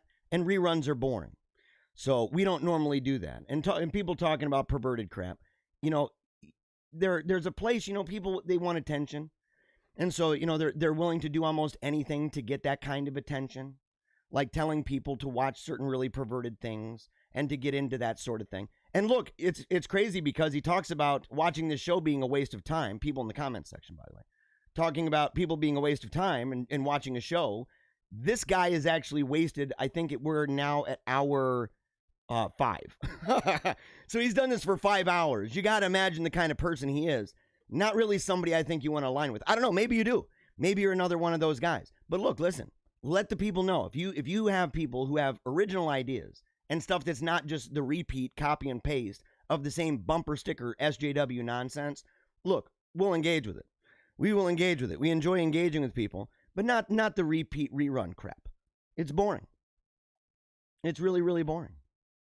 Let's see. The page was an idea of a couple friends from university when we were out on a walk one afternoon. And I started to comment on what I did and didn't like about the benches that we passed. What kind of guy is this, man? Can you imagine? Sitting there and being like, we're walking around town. You're having a good time with your friends. You're, talking about the weather. You're talking about girls. You're talking about whatever's going on in the world, right? The big steal happening and how Biden's got, some kind of Parkinson's or whatever. You're having a really good time with all of that. And all of a sudden, this guy just starts bringing up park benches and what he does and does not like about them. How quickly before you begin to talk over that and then move away and gradually take a different route and start walking. And he just keeps walking. He's talking about benches. And you're like, we're out of here, buddy. We are out of here. I don't know, man. I mean, maybe he really makes it exciting. He looks like he does. I mean, look right here. It looks, we got to get a close up. There it is. Zoom in, blam, right on him. He looks like he makes that conversation very, very exciting. But it's probably heartfelt. It's probably very, very heartfelt. Oh, man. But he's having fun, man. I don't want to dog a guy who's legit having fun. Okay, because he is. Yeah, Sam puts his unlikely popularity online down to bringing something a bit different to the usual selfies and food snaps. Dude, I have to actually give mad credit to this guy. And I hope that he understands that there's a shtick to this. I'm having fun. I'd probably love to hang out with him. Maybe even sit on some benches, hear what he's got to say, rate it alongside him, do a review. I'd love to do it. I'd love to do it. Kind of like, when I say I'd like to go on ghost hunting expeditions with people who go into spooky houses and all of that. I'd be willing to do that. I would not be willing to rub the gland of the beaver. I would not. Not willing to go down there. Ain't willing to play that game, man. But there's other things, I'd be willing to do. I'd be willing to do that. Yeah. There's been hundreds of people who have messaged me to discuss their favorite benches or why my account means so much to them. Oh, man. This is rough. It's rough. I mean, but I can imagine the stories. It takes all types, man. God made all types of people. There's all types of people in the world. And, some people like, flipping on BMXs, going over huge mountains at 100 miles an hour on some skis. They like to do that sort of thing. And some people like to message each other about what they like and do not like about sitting on park benches. But either which way. All right, guys, we are going to move on. We are going to move on to some serious business. But before we do, I got to do this thing real quick here. Here we go. We're going to go ahead and, let's see here. Yeah. I'm going to transition over. Make sure, go to paleocratdiaries.com. You can subscribe, become a member. It's $5 a month. We're very excited about that. And all the people, man, there's been a whole bunch. Just tons of increase. Super excited, man, about that. And people reaching out to us at paleocratdiaries@gmail.com. If you have any articles or videos, memes that you would like to share with the show, make sure to email us, paleocratdiaries@gmail.com. And remember, like, comment, share, subscribe. Like, comment, share, subscribe. It's the best way that you can go ahead and help the show. It is. But right now, every single day, we do this before we get serious because, look, we have to get into the zone, guys. You got to get into the zone. And the only way that we're going to do it is by raising our glasses high. So make sure, it doesn't matter what you got. If you've got a glass of tea, don't care. I know some people are down with that. If you've got yourself some of that Slurm, right? Monster Energy. Or you've got yourself some Mountain Dew or Pepsi, whatever. I don't care, right? Drinking coffee straight to the dome. Raise that glass high. Because today is a day that the Lord has made, and we are going to rejoice in it, no matter what comes our way. Because we remember 3 things. Never give up. Keep on smiling. And memento mori. Remember death. And remember that you don't know. You're not promised one more breath. You're not promised one more day. You're not promised another year, that's for sure. And so you need to make the very best of your day and your time right now. Giving it everything you've got. Every moment of every day. All your gifts, all your talents. Because you are a special person. You are a unique person, beautifully and wonderfully made by the God of heaven and of earth. And so we're going to raise our glass high and we're going to howl at the sun. Here we go, kids. Here we go. Let's see here. Oh, circle. Here we go. All right. You got to raise it high. We're going to howl, kids. We got somebody in the comments saying they're raising their water. KMO says he's watching Vampire Hunter D to make the best of his day. Here we go, folks. Here we go.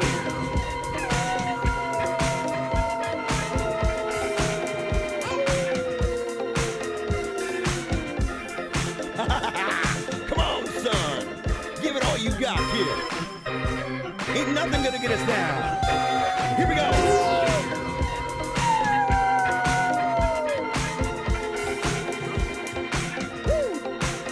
Yeah. Holy Ghost. Come on, kid. Here we go. Check this out. Here it comes. Here it comes. Wow.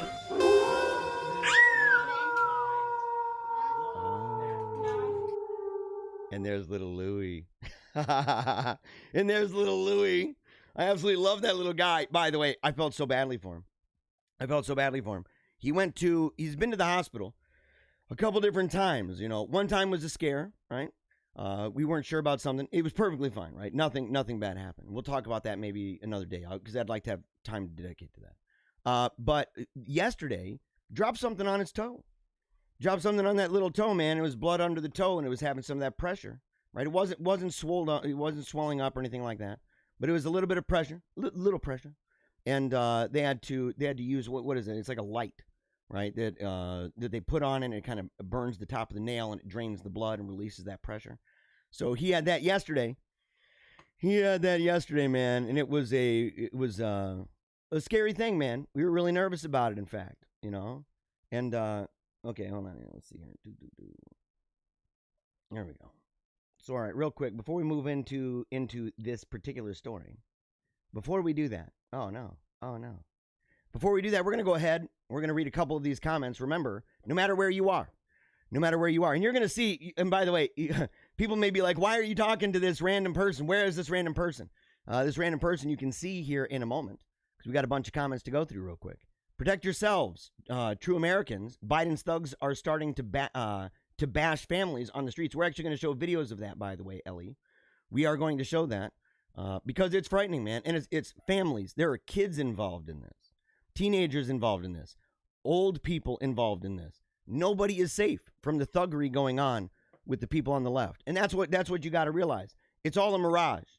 So the left pretends. You got Biden out there saying, you know, we're here to you know, be good guys. We're trying to be uniters. You got to all come in. It was a tough race. But we stole it. And now that we've stolen it, you got to come on in, and you got to just accept the bear hug we're going to give you. And as we do that, we are going to anesthetize you and then bite our fangs into your neck and try to fill you with tons of that venom. It's what they do. And you can tell that it's a fraud. You can tell it's a fraud because where are they condemning the kind of craziness going on the left with the violence on the left? Where is it?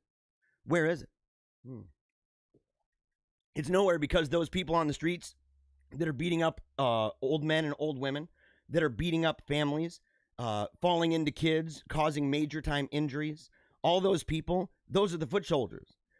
Those are the brown shirts for the Democratic Party, and it's all part of a scheme. It's all part of the plan. We knew this was coming.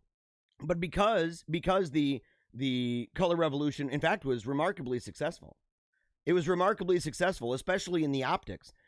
What the plan was for, what was it, November 5th? That was the original plan in the Zoom meetings where they were talking about it wasn't going to be on election night. In fact, they were warning people, don't do it on that night. And they were setting stuff up the next day. So I believe it was set for the 5th. But it delayed. But once it got to that place where it was obvious that, A, Trump wasn't going to do any concessions. Number two, that investigators were finding gobs of evidence, tons of videos, tons of surveillance footage, tons of audio leaks, tons of signed affidavits, tons of whistleblowers, that once it got to that place, all of a sudden they unleashed the demons. And we saw it on full display. We're going to talk about it. Kathy says, regarding my speech, that I did amazing. Thank you very much, Kathy. I appreciate it. Mary Jo said, God bless you, Jeremiah. I appreciate that. Ellie says again, Biden supporters are using violence as their argument to scare you all. Yes, they are. It's what they've done because their arguments are crap. Because their arguments are complete garbage. It's unbelievable. You know, and what makes it crazier, and this is where it gets like, it's demonic, in fact, right? There's an exorcist. We're going to actually talk about him. Father Ripburger, talking about the signs of demonic oppression and possession in so many people. The way that they, not only the way that they talk, but the way that they lie. And the way that they assume rights and powers that they simply do not have. And the way that they excuse violence against people that they disagree with is totally satanic. It is totally satanic. You know, and we can chalk it up as being, you know, Marxist. We could chalk it up as being a whole host of things. But at the core of that, you know, or woke, or, you know, the SJW cult, we could call it whatever. But the truth is, at the core of it is the devil. At the core of it is Satan and his demons, his legion, in fact. And they're all over the streets right now. They are all over the streets, and they are coming for you. Let's see here. TR and Slash says, if you put a percentage, how much would say as probability of Trump winning the election eventually? I don't do that. I'm the guy that says, on the one hand, you have to be hopeful, but I'm a realist. And I've said repeatedly, regardless of whichever way this thing turns out, we will have done the best we could to preserve the integrity of the democratic process, because that's really what's under attack right now. That's what's under attack. The democratic process of our constitutional republic. And that's an important dynamic, man. That's really important. And so if there's a lack of trust in it, we've seen what it did to the left for 4 years. We saw how they lost their mind. You know, we saw what that ultimately led them not only to accept, but also what it led them to do. And the kind of way that they I mean, look at the switch, man. This is just an example of this. It got so out of control that if you look, it's almost like one of those Mandela effect moments. It's like a Mandela effect moment where you sit there and you say, okay, so in the past, there was a great deal of suspicion on the left concerning the deep state. And all of a sudden, later on, there was no such thing as the deep state. Or they were critical of things to do with the military-industrial complex. And later on, and people like with the FBI or the CIA, and next thing you know, they're sharing everything from Brennan, everything from Clapper, everything from Strzok and Page. They love Mueller. Mueller time. These same people. They were the ones that for years were talking about how people like Mueller simply couldn't be believed. How people like Comey simply couldn't be believed. And the next thing you know, it's a complete switcheroo. It's mind-blowing, in fact. It's completely mind-blowing. It's a remarkable thing, actually, that should be studied by scholars for a very long time in media theory. Because it may, in fact, have dramatic ramifications on how media impacts people, right?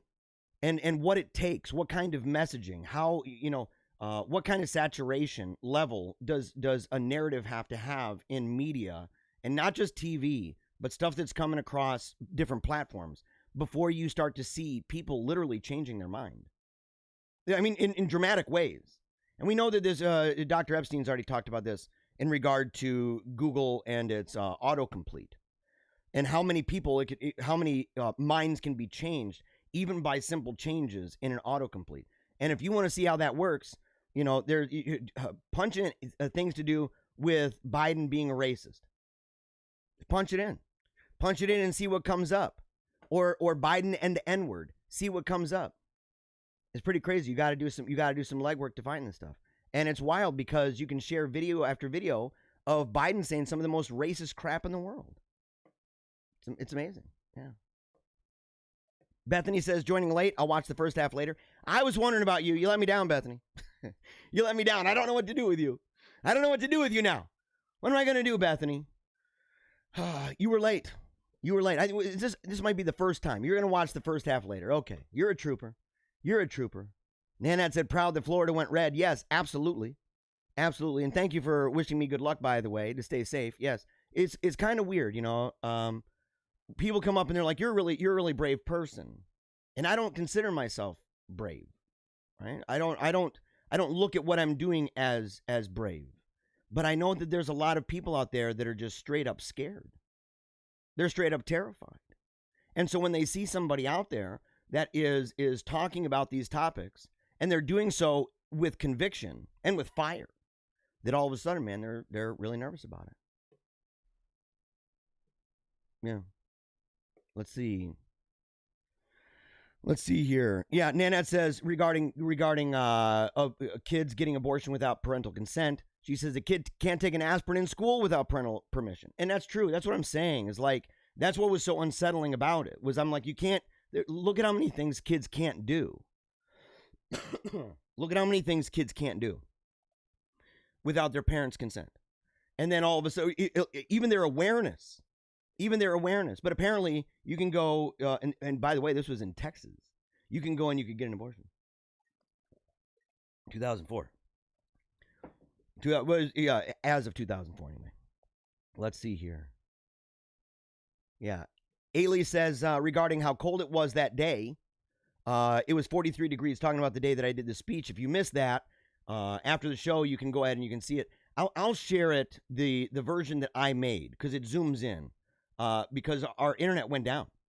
It went down all the way. It was at 0.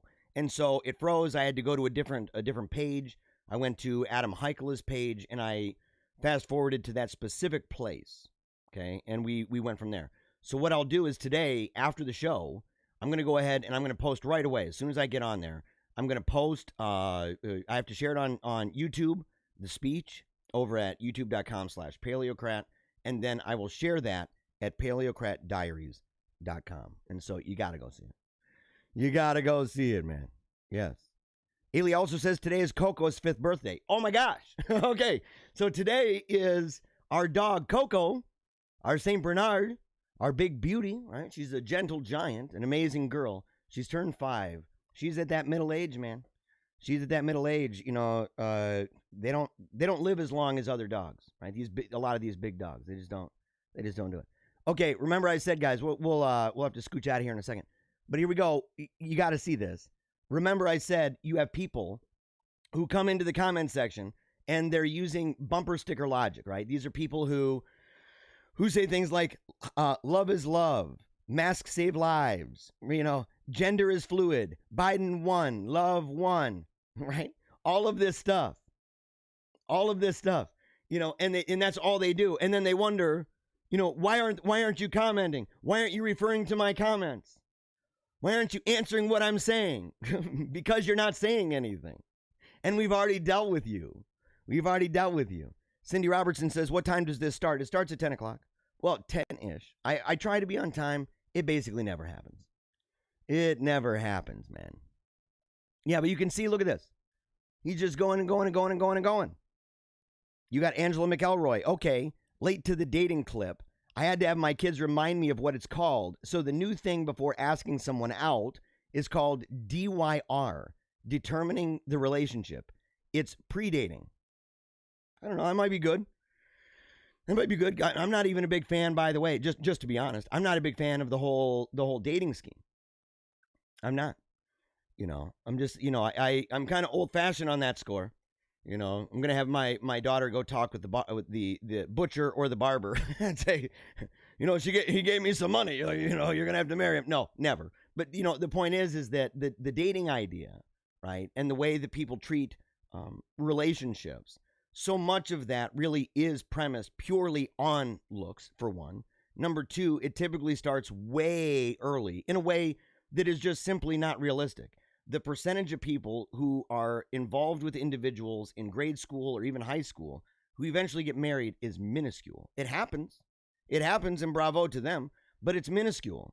And the statistics for people who get involved in dating while in high school and in grade school, who end up also getting involved in many sexual partners, is astronomical. And so you say, yeah, there's a lot that we should talk about. In fact, maybe I'll talk one of these days.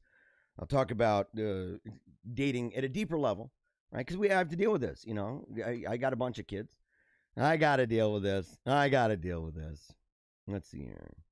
Angela says, yes, my kids in elementary at Door told kids about this when eating lunch. Oh, yeah. I didn't know anything about it. So, okay, remember, we're going to get back to the comments later, but we have to go. We got to talk about this. I want to go ahead, and I want to show you guys this video. It's actually going to take a little bit. It's going to give my voice a break for a second. But I want you to understand, you're going to hear a lot of times, you know, Biden is a man of integrity. You know, Biden's not a liar. Trump's a liar. And that's what they'll say. Trump lies all the time. Trump is a liar. Biden's telling us the truth. Who's going to save us from this crazy mess? Joe Biden. Woo! You got to know. You have to know the long history. And we're not even talking about the crazy perverted crap, right? We're not even talking about racial issues and stuff like that. We're mainly talking right now about the idea that homeboy is a liar. He's a plagiarizer. Grotesque amounts of plagiarism, by the way. And in significant places. He's worse at plagiarism than Martin Luther King Jr. And that's actually really bad, man. It's pretty bad. You know. And so he's a messed up guy, but you got to see it. So I'm going to go ahead and let you watch this. About 5 minutes. If you need to take a break, go ahead and take a break. Keep it playing, though. You got to do it, man. You got to boom, boom, boom. There we go. So here we are. Controversy. 3 weeks ago at a debate at the Iowa State Fair, he used phrases identical to those delivered by British Labour Party leader Neil Kinnock. Biden seemed to be claiming Kinnock's vision and life as his own. Why is it that my wife is sitting out there in the audience, is the first in her family to ever go to college?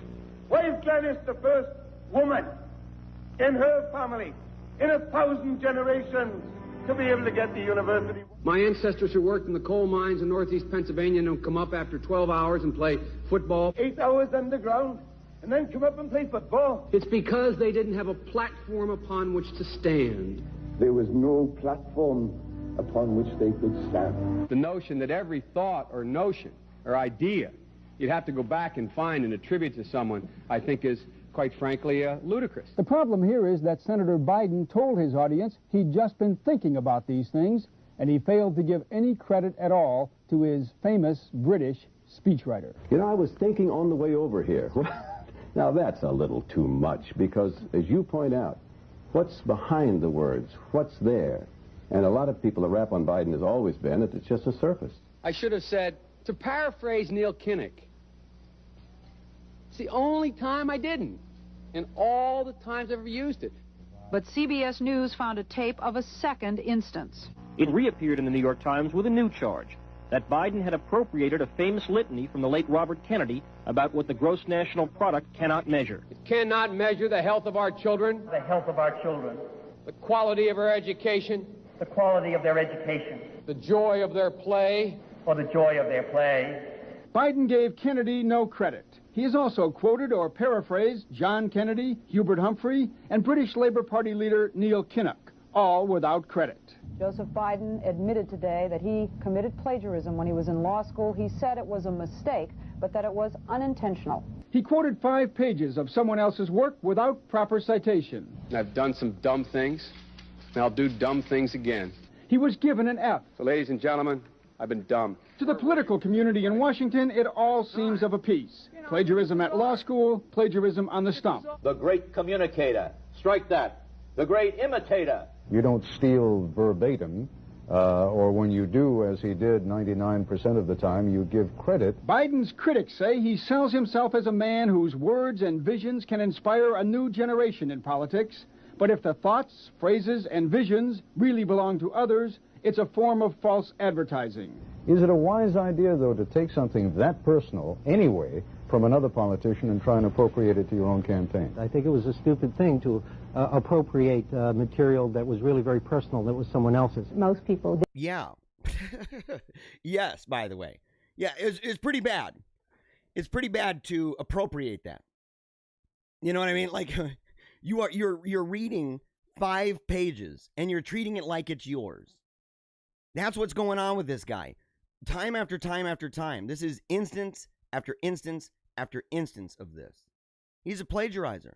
He's been a plagiarizer for a long time. In fact, he was a plagiarizer when he was in the prime of his life.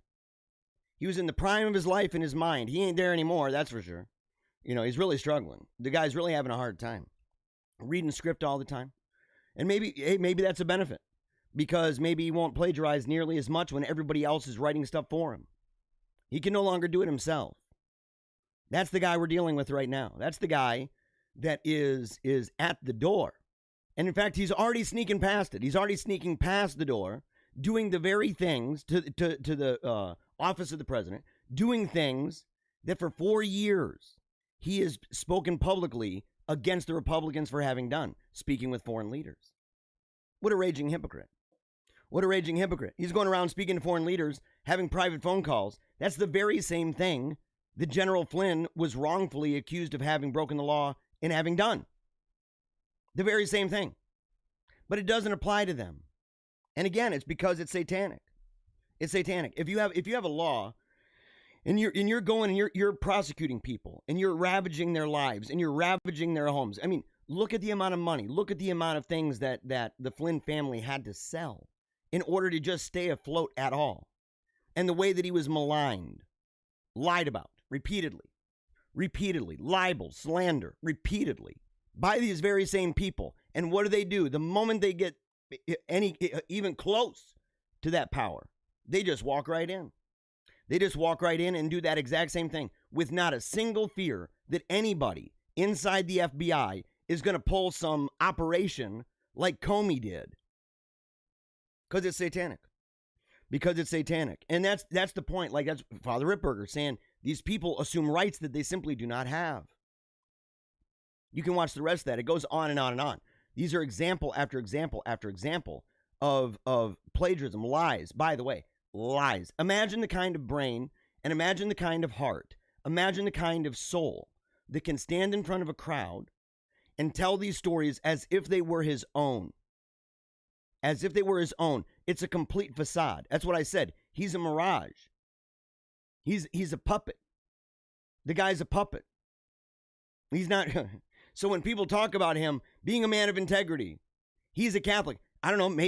Maybe he's confessed his sins, right? In that way, he has a lot more that he's got to deal with. But it's kind of hard to confess certain sins when you have given up on the idea that, with the babies is a sin. Yeah. When people say, oh, no, that's not a sin to, murder babies and stuff. That's fine. That's fine. Or it's okay to encourage little boys and to excuse little boys and parents of little boys to, do slicey dice on the crotch of these kids who, during a time of their life, are wondering if maybe they're a girl. Yeah. Bodily mutilation. I mean, look, dude, if you don't believe that's a sin, you ain't confessing it. It's like he has more in common with Bishop Spong than he does with the popes of the past or with the Bible. I mean, that's just true. It's just true. If you haven't quit watching Fox News yet, watch this clip of Leland Vittert laughing at a Trump spokeswoman, and you will, okay? This is over at the Gateway Pundit, Jim Hoft. I love them, by the way, and I support them big time because I know the throttling that site gets. And so I make sure that I share stuff a lot. But I want you to see part of this. I want you to see part of this. I want you to see what we're up against with Fox News. This is amazing, by the way. Here we go. What do you want to have happen with those 700,000 votes? The ballots are already mixed in. Do you just want 700,000 votes deducted from Biden's We want to make sure total? that conversation happens. You're trying to say this is done and over. The I'm not. I'm not saying it's done and over. I'm asking you where you're going to find the votes to pull ahead. Where are the votes to pull ahead? Forward. Real quick, you see what he's doing with his ear? See what he's doing with his ear? These are people behind the scenes, man. These are people behind the scenes talking to him. You have to know how media works. You have to understand media ecology. Okay, what is it? What's the spectacle you're seeing? What's behind the use of colors and symbols? What is the meaning of this little thing right here? Doing the ear thing. What's that all about? Right? Because he has producers, he has directors, he has people working the boards that are talking to him, guiding him through it. This is now my third time to try to get this answer out. The legal path ahead exists here because there are clear constitutional violations that. By the way, you see that? You see his face?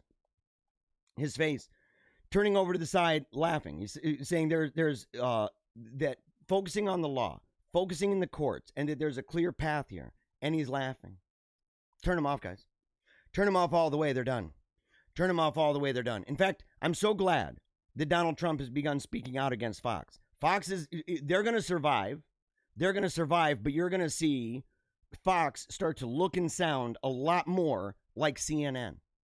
In fact, you know what they're going to look like? They're going to look like Jeb Bush.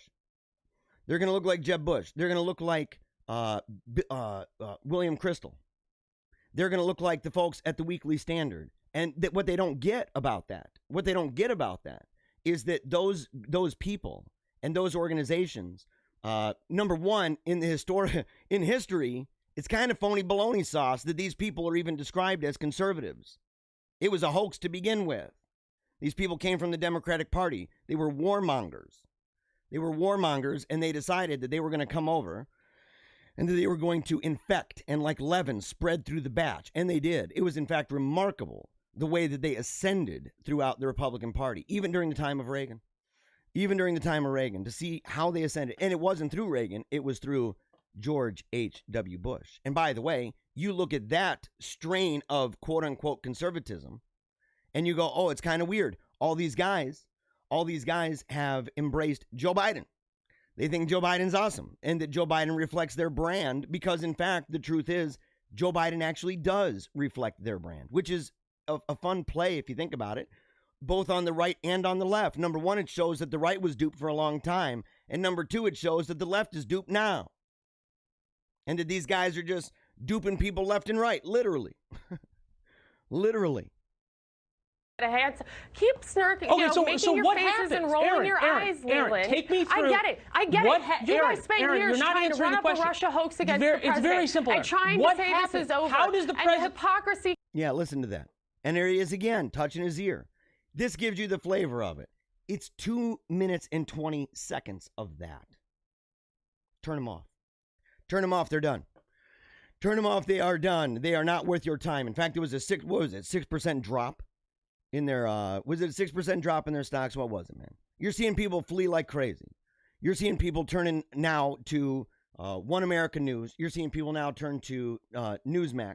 You're seeing it. And that's a good thing. You're seeing people turn to InfoWars. You're seeing people turn to YouTube, like shows like this, for example.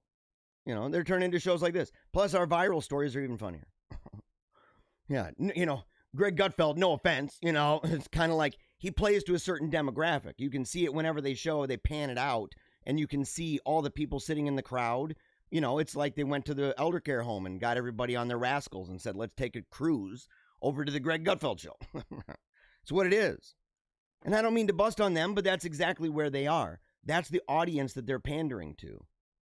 So you say, okay, they're missing out. And that's a decline. If you want to look at a media agency and see a media agency on a decline, that's only going to simply survive by riding on top of a wave that by mere time is going to go into decline. You're seeing Fox News. That's how that's going to work. Okay. I don't know how this got in here, but it's a good point. Here we go. If we're not allowed to rig an election, suppress all speech about the election results, and prevent anyone from using basic math and observations to verify election outcome, then democracy is truly dead. This is exactly what they're saying, by the way. And you have to understand. You have to understand when we're dealing with this day in and day out, because it's not over, and it's not going to be over for a minute, okay? There's going to be different lawsuits that have to make their way through. And there's a whole bunch. So they can say, well, a lot of these lawsuits are being thrown out. That's okay. That's perfectly fine. Because the ones that aren't are the ones that we have to focus on. And as long as that's contested, you can't simply treat it as though it is not. Because believe it or not, it's pretty telling. It's pretty telling that Wikipedia, for example, it's iconic in this sense. Wikipedia, we mentioned this last week. We actually showed the graphic that showed this. That Wikipedia, in order to facilitate and play their part in the color revolution, changed the definition. They changed the definition. It's so iconic, man. You got to understand this. They changed the definition of president-elect.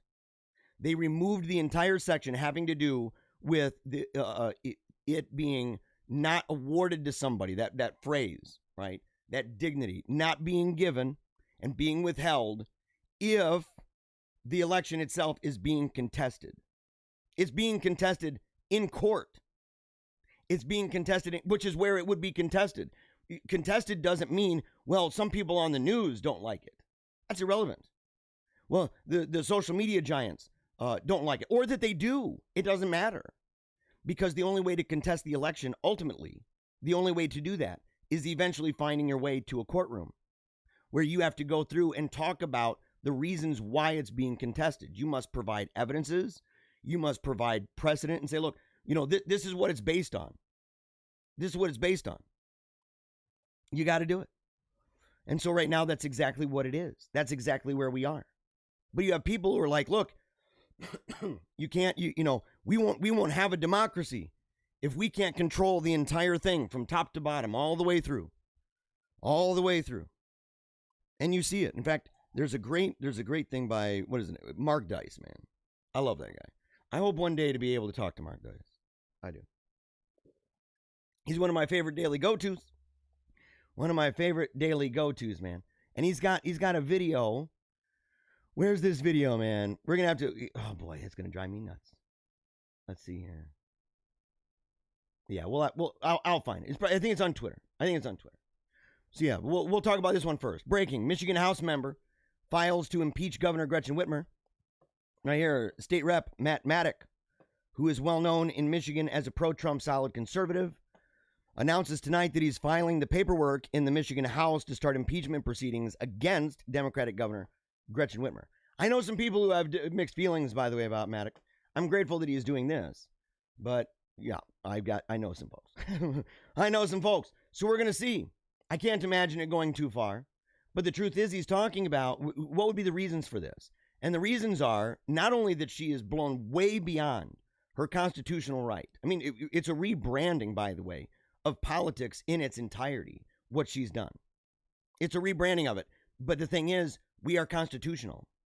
We have an authority structure, right? That limits all the different branches, and it limits her.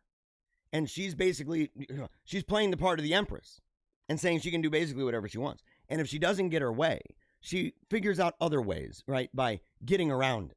And I understand the ambition. I understand the ambition to do that. At the same time, we're watching as it's literally destroying the state. You have tons. I like this quote here from Maddox. Quote, something has to be done. She's ruining this great state. Small businesses and most dine-in restaurants will be dead by the end of the year. She's caused the deaths of many vulnerable elderly people who died alone, scared, and pointlessly. This was long overdue. All of that's true. But at the end of the day, it comes down to the constitutional arguments. And we're going to have to see how that goes. I wish him, of course, the best of luck. Because we're dealing with people like this. Even in the courts, man. Even in the courts. I can imagine a bunch of judges over here. You got, what does it say? Excuse me, ma'am. Have you accepted mainstream media as your Lord and Savior? You've got a lot of this. Vice. How to hate white people. Time. Orange man bad. So you've got these people coming to your house. And they're wanting you to accept their new gospel. And it is. It's a cult, by the way. It's a cult. It's a crazy religion. It's a crazy religion that they're wrapped up in. In fact, there's a book by a Calvinist, a Christian Reconstructionist named Gary North. He's over with the Mises Institute. He writes over at Lou Rockwell, GaryNorth.com, things like that. He has a whole bunch of books that are great. You can find them at free books. I don't agree, obviously, with all of them. Some of them are strictly Reformed or Calvinistic in theology, stuff like that. So I have my disagreements with that. And I don't even agree with him all the way on his libertarianism. But he's got a really great article and a speech, because he won, I believe, he won an award for this. He has a speech talking about the Marxist revolutionary religion.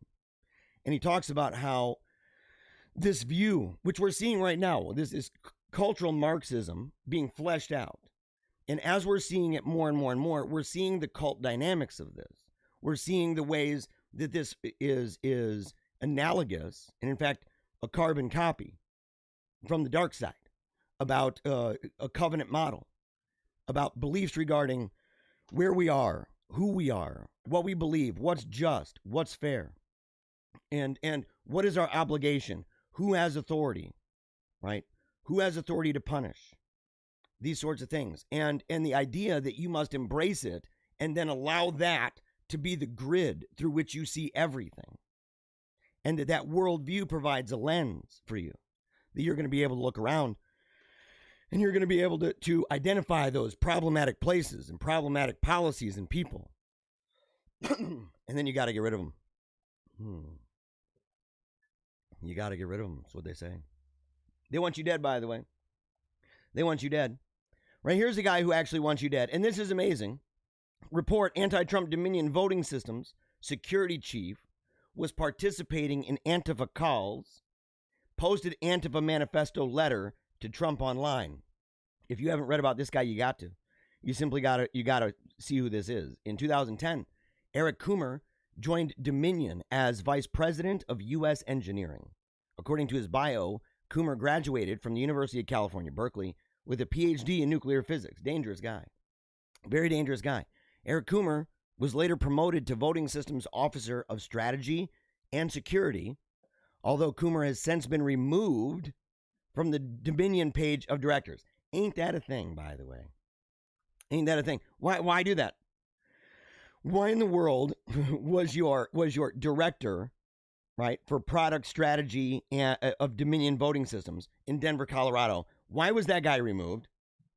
Did you explain that? Did they post something and say, oh, he was removed? Why was he removed?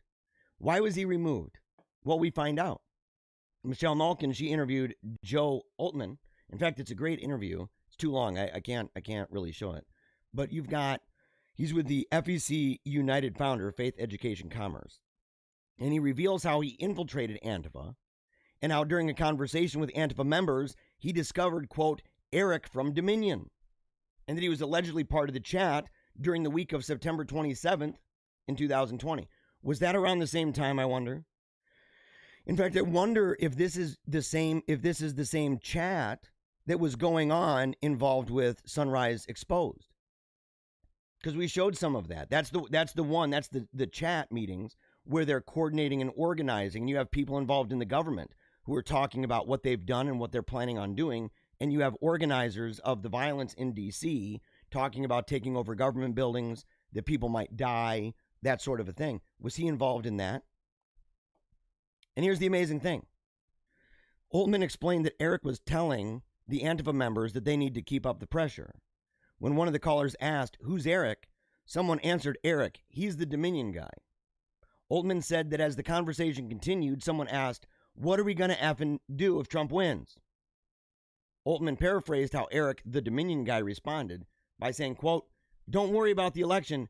Trump's not going to win. I made effing sure of that." Now remember, what's his role? Where is he, by the way? Isn't it funny? What are the odds, by the way? What are the odds, by the way, that people would all of a sudden start talking about Dominion and talking about Dominion voting machines? And what would be the odds that once you start looking into Dominion voting machines, you find out that the guy who's overseeing security at that place is participating in a bunch of these phone calls with Antifa people talking about keeping up pressure. What are we going to do? What role are you playing? And what does he say? He says, don't worry about the election. Trump's not going to win. I made sure of that. How would you make sure of that? How would he make sure of that? Yeah, read that article. Milwaukee elections had misplaced crucial voting flash drive. This is the thing. Sometimes misplacing happens. Ain't it just a thing, though?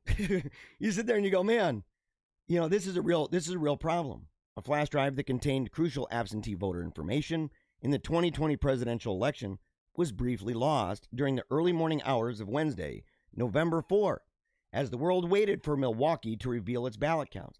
They weren't even able to maintain a chain of custody. They don't know. They don't know where it went. They don't know who got it. Oopsie doopsie. Oopsie doopsie. Chain of custody is gone. Yeah. And it was when she was going to the central count building where the ballots were to be tallied. She was en route to the county courthouse to report, quote, the results of more than 169,000 absentee ballots collected in the city of Milwaukee. Those results would prove to heavily weigh toward Vice President Joe Biden. It's amazing, actually. And when they tried to interview them, this is over at WisconsinRightNow.com. When they tried to interview and they said, look, we want to find out more information. What happened? What happened? We've met a brick wall of silence and stonewalling in our attempt to get more details about what happened around 3 a.m. when the drive suddenly couldn't be located. Oh, 3 a.m. 3 a.m. Ain't that a thing, too? Again, look at all these coinky-dinks all the time. Look at all those coinky-dinks all the time. Unbelievable. I'm not going to talk too much about this, but just simply to say the whistleblower and Dominion staffer. So this is when people say no evidence. You have a Dominion staffer who's blowing the whistle on this. A girl who works IT. She saw Detroit voter fraud. Yeah. Outsiders hired to manage and operate the Detroit voting machines saw the fraud. This is what Carone saw. The same ballots being run repeatedly, where the same stack of 50 Biden ballots became 500 votes. Oh, that's neat. And she breaks it down, by the way. She doesn't just say she saw it. She explains how that happened. And because it's an interesting, the mechanism that is used in these machines, the way this works, a lot of people wouldn't know this. So you got to go and you actually got to see that she breaks it down. She just doesn't say, oh, yeah, I just saw them run repeatedly. She's not pulling numbers out. She knows the number, the stack of 50. She knows the way that these votes are counted and the mechanism being used to recount these votes. There was no valid or legal oversight of the ballot process. It was Democrats policing Democrats. We saw that. We saw that numerous times. We saw it with covering up windows. We saw it with making sure that no Trump people could get anywhere near. We saw it that even when the judge said they have to be let closer, when they said that, all they did, they let them closer, and then they moved the ballots further away.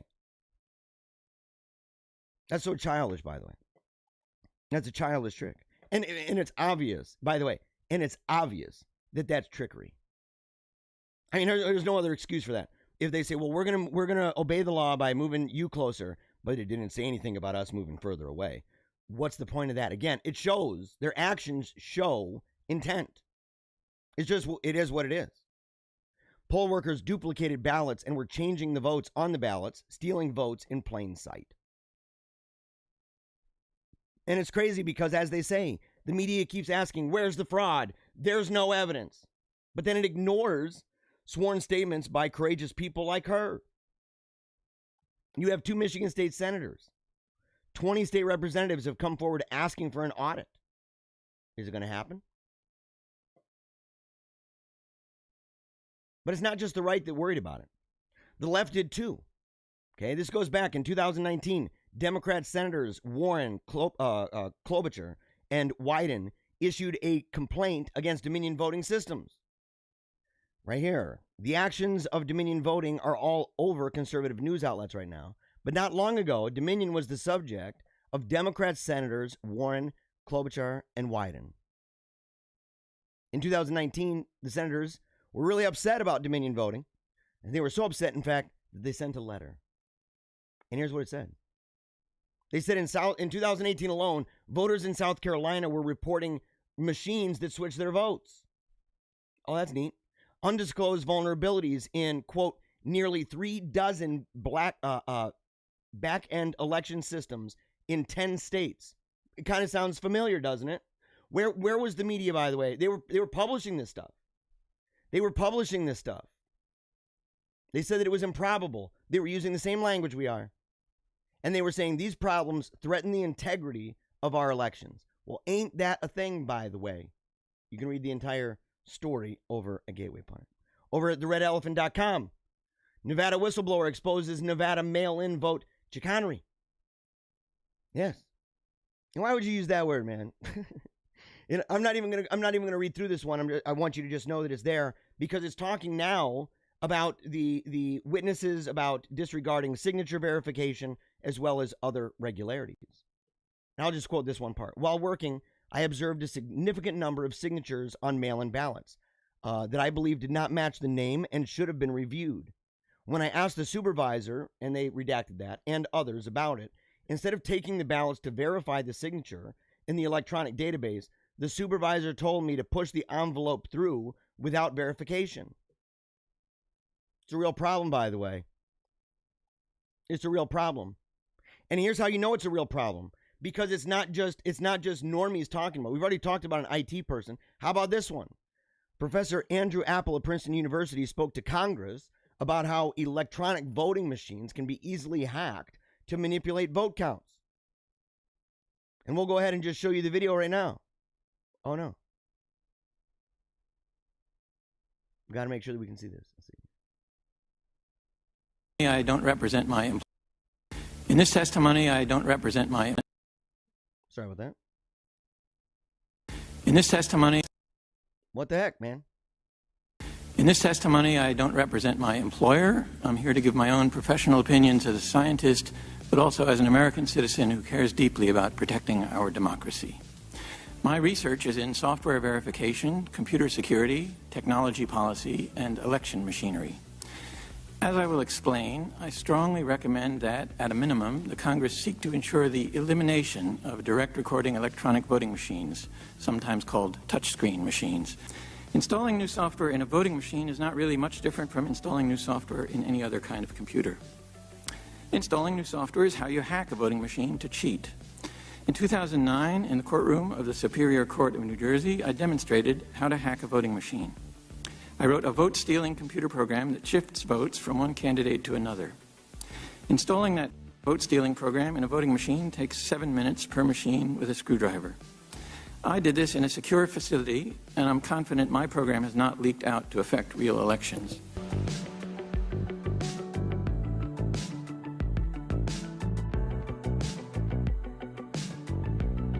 Yeah. So this is the thing. So he's been talking about it. Oh, here he goes again. Let's see here. Let's see here, because you're skipping over that. Here we go.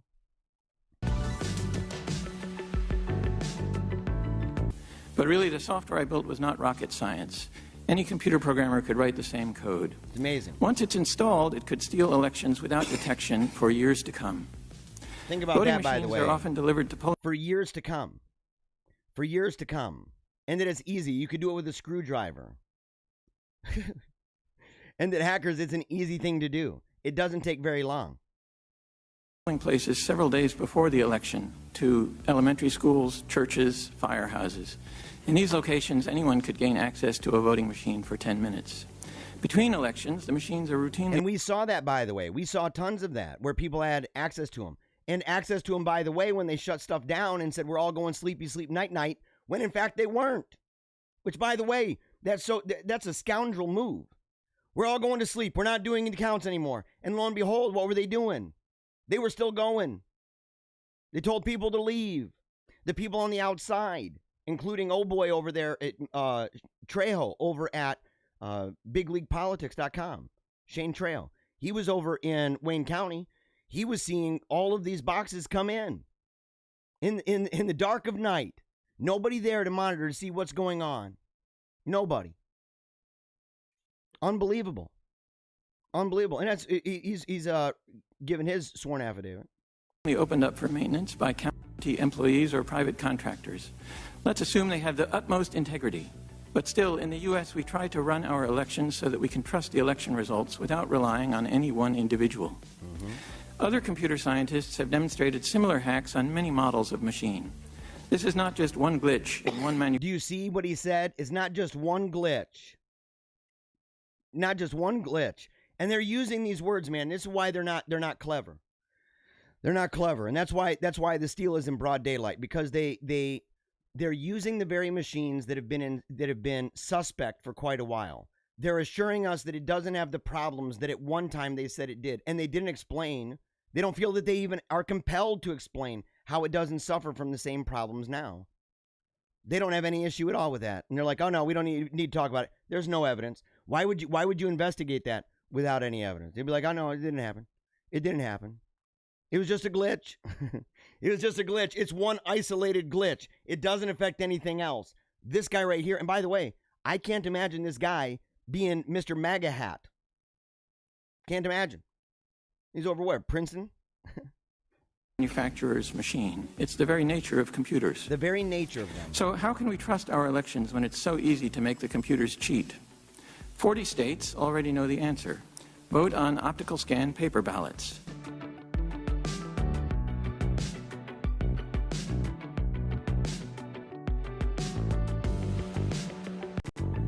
So what must we do? In the near term, we must not connect the voting machines to the internet. Right there. Lo and behold, look, point after point that this man is making, point after point is the very point after point that we're making. And we're not just making it, we're demonstrating it. We're showing, saying, look, over in Wayne County, lo and behold, right, at the counting center, that you are connected to the internet. You can see the different internet streams that you're able to rely upon. Okay, and you can see it. Some of them are public, or one of them is public. Many of them are locked out. You say, well, who has access to that? They had Ethernet cables that were plugged in. Dude, everything that you should not do, everything that this man is talking about, making something vulnerable to the very thing that we are talking about, was done. Every single thing. The same goes for those computers used to prepare the electronic ballot definition files before each election that are used to program the voting machines. That is, we must not connect the voting machines even indirectly to the internet. Look at this. Many able and competent election administrators already follow this best practice. I hope that all 9,000 or 10,000 counties and states that run elections follow this practice and other security best practices. Yeah, they did not. And he says it's hard to tell. It's hard to tell. It is hard to tell, isn't it? It is hard to tell. It's unbelievable. And so when people say, look, it doesn't make any sense, the narrative is premised on something that says you can't hack an election. Number one, remember, these are the same people who for the last 4 years have said that Russia hacked the election. They're the same people. And so when they say you can't do it, it's impossible, they're the same people who said it wasn't only possible, but that they were charging people. They charged people in Russia, said, you know, we're looking for these guys. We put out a warrant, man. We put out a warrant. We want to get these guys over there. You know, and so you sit there and you go, isn't that kind of sweet, man? Isn't it kind of this crazy thing where the very people who insist that not only was it possible, but it definitely happened, and they even know the names of the people who were involved in it, that they're now the ones saying that it's impossible. It's impossible. And why? Why? The best they could do would be to say, because of the election policy put in place, the executive order put in place by Donald Trump. But here's the thing. They were decrying that. They were decrying that. So no matter which way, you say, pick your poison. Pick your poison. They're going to suffocate on that crap, man. It's just true. We'll talk about this one tomorrow. In fact, we got a bunch, because I gotta get to it, man. We gotta get to this thing. Like right here. Eric Trump, we're looking into this as we speak. Apparently, Philadelphia destroyed all ballot envelopes. Well, that's convenient, isn't it? That's really convenient. This will make identifying naked ballots and ballots arriving post-election impossible. What do you do in that situation, by the way? And is that one of those things, because they can say, well, that was a mistake. It was a mistake that a lot of people would have to make. A lot of people. It wasn't a mistake. It wasn't a mistake. And again, look at the consequence of the action. You sit there and you go, each and every time, each and everything that ends up happening, the consequence is always going in a way that makes it really difficult for Donald Trump each and every time. Oh, what a coinkydink. Oh, what a coinkydink. Oh, what a coinkydink. It's like, oh, look at the coincidence of Twitter, right, banning a number of different places. And you say, oh, that's kind of weird that you ended up banning in the pre-election. They were meddling big time. They were totally meddling in our election. And when they were doing that, it was playing itself out against conservative high rollers time after time after time after time after time. But we're supposed to believe, oh no, it's perfectly fine. It is perfectly fine. Yeah, no, Bill Clinton said psyops, right? In the comments, talking heads, global corporate media equals CCP, WUMAO, WUMAO. It's true, man. This is all, we've been talking about it. We've been talking about the psyops. We've been talking about the color revolution and what this is and how people have endured this, and that they have to be aware.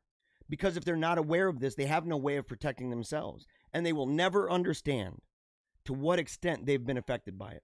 It's one of the reasons why the left is struggling so badly with Trump derangement syndrome. Because they don't, and the trauma from that. And not recognizing the trauma that they've endured because of a psyop. They have no idea. Talk about that one tomorrow. And that one, because even Kanye's Michigan votes by an election witness. And it said this, those votes were primarily given to Joe Biden, according to witnesses, who said poll workers joked about it as they physically altered ballots to remove votes from Kanye and instead add them to Democrat totals. Quote, the Secretary of State took these people's votes and changed it. And the reason why is this. When the write-in is deleted and the mark is made for straight ticket and the party is marked Democrat, all deleted write-in votes become Democrat votes. They were doing this all day long. They were doing it all day long, man. They went after Ye, man. They went after Ye. But I told you we were going to talk. We're moving on past election news. Because you guys have to understand what we're up against. You have to understand what we are dealing with right now. Okay? And you do. You know that it's on multiple fronts. It's not just one thing. It's not just the media. It's not just the voting systems. It's not just these governors. It's not just COVID. It's a mixture of all of these things together. And I'll tell you what, it has been plotted out for a long time. For a long time. In fact, if I had to speculate, and I don't like doing speculation too often, but if I have to speculate, back in 2016, shortly after the election, there was a meeting, in fact, with tons of the names and organizations currently involved in everything we're seeing right now. And those people got together, I believe in Washington, D.C., to an event hosted and funded by George Soros. And the press wasn't allowed in. The press wasn't allowed in. It was a plan, and they were talking about how, Trump's not going to be president. We will make sure of this, and we are here to talk. We are here to strategize and to coordinate and to rev up the troops, including, of course, the troops on the ground, like this. Trump supporter family attacked by Black Lives Matter mob in D.C. This is stunning, by the way. This is a stunning thing, and I'm going to show you because you need to understand that you are not safe. In fact, you are in great danger, and anyone willing to put themselves out on the line, even doing stuff like I'm doing right now, wearing a MAGA hat, you are in grave danger. Imagine the scenario and put yourself in these people's shoes and ask yourself, what would you do? What would you do if you were this woman with her children? Baby in a stroller, by the way. Baby in a stroller. Let's go and see it.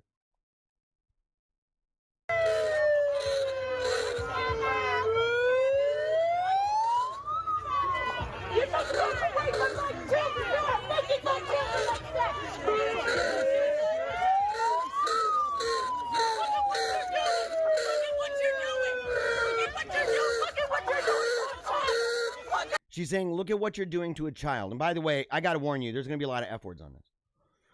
There's a lot of F words in these videos I'm about to show you. And so beware. This is not child friendly but this is exactly where we are right now in society. You need to understand the nature of the situation that we're in. It is volatile. It burns bright as the sun right now. And you need to know. So here we go.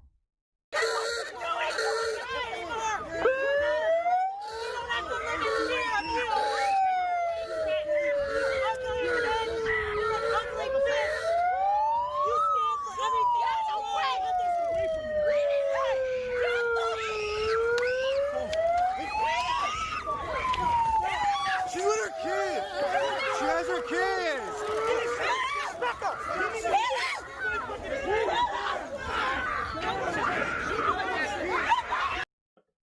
This is where we are. What would you do, by the way? What would you do? You know what I'm telling you to do? Buy a gun. Buy a gun. Learn to shoot it. Learn safety. Teach your children how. You're going to need it. Because I'm telling you, these people, they want us dead, man.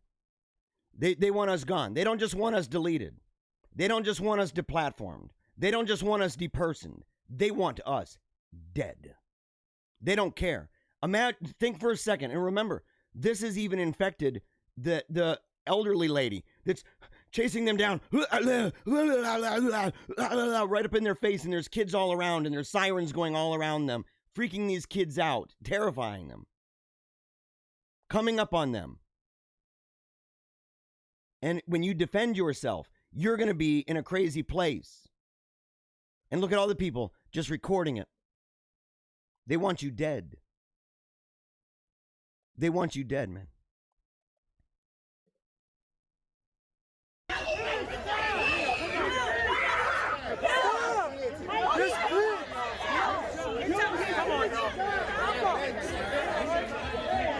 Fuck no, you won't get that back. I'm the belt.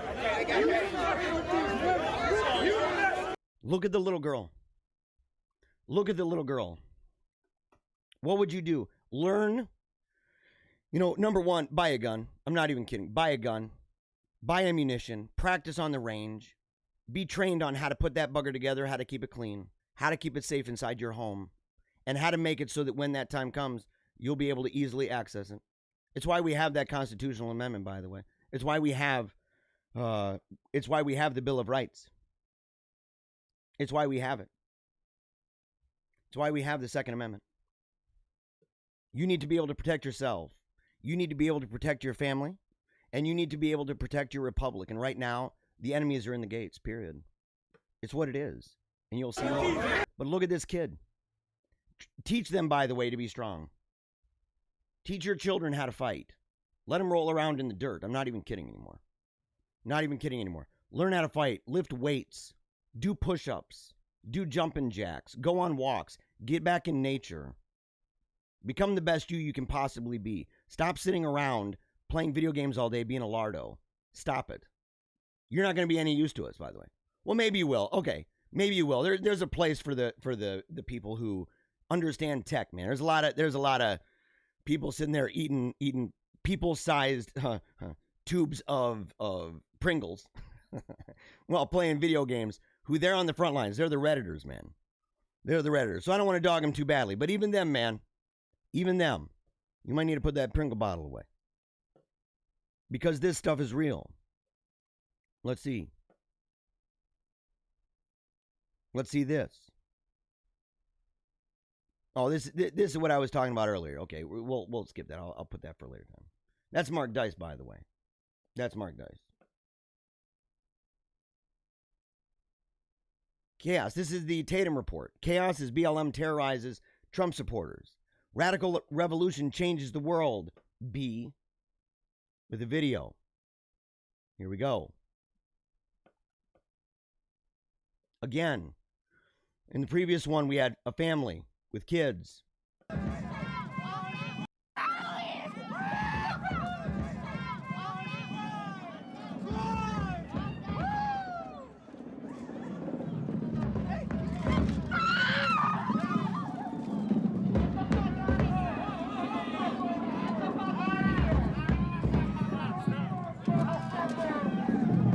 Imagine the fear, guys. And you want to talk about the fascists. You're seeing them on full display. You're seeing them on full display. Look at them. The street is filled with them. They're maggots. They're vermin. And they want you dead. They don't care how old you are. They don't care how young you are. They don't care. They don't care. Protect him! Protect that Now you see this guy right here? It's not just the aggression, but it's also the propaganda. Because you've got stuff like this. This guy, by the way, this guy can be seen. See this dude right here with the hair? You can see him. And this is the crazy thing, by the way, about videos. Because you can follow certain people throughout the day. And here we go. Check out this guy. Bye. Bye. I'm leaving, guys. Get out of here. Get out of here. This guy's saying, I'm leaving. I'm leaving. And do they say, okay, good. That's good. Bye. And why are they demanding that you leave? This is mob rule. People talk about mob rule. This right here is mob rule. This is why Biden is a mirage. It's why Biden is a mirage, man. This is what we're dealing with, guys. This right here is the future if you want it. When people say we have a republic if you can keep it, I can imagine that they envision stuff like this. That's why when the founders decried democracy, it's a joke. It's a head fake. They're juking you, man. When the Democrats say, well, what they meant was democracy like in the strictest sense about, small little hippie communes where they're walking around naked, eating vegan stuff. No, because they understood the slow crawl of democracy and what it does to a people. It's why we're a republic, by the way. Pat Buchanan wrote a book, A Republic, Not an Empire. He could have written one called A Republic, Not a Democracy. Get the fuck out of here! Where are the cops at to protect you, huh? Fuck you! Blow your ass up right now, bitch! Where are the cops to protect you? Where are the cops to protect you now? Does that sound like they just want you out, or does that sound like menacing? And how would you feel if you're all alone? How would you feel? Would you feel that would you feel, by the way, that you're in some third world country? Because that's what these people are. That's the way they're acting. It's the way these people are. Get the fuck out of here! Please help me. Help me! Help me! Help me, Will Smith! Help me, Will Smith! Help me! So that guy later ends up lying through his teeth. He ends up saying that he was stabbed, although they took that video down because he said he was stabbed with a knife in his vest, right, in the jacket. There's no mark of that. He said that he had to pull it out. Later on, of course, they took it down. But again, the internet, boy, it's got a way of keeping things. Here we go. Fucking space! Don't touch him! Don't touch him! What the fuck is wrong with you? Get the fuck out of here! Get off of him!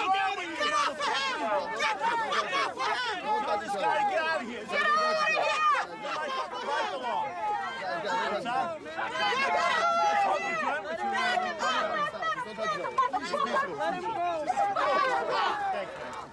Appreciate it. Get off and get the fuck out of here! You better run, motherfucker! You better run! Animals! Y'all ever seen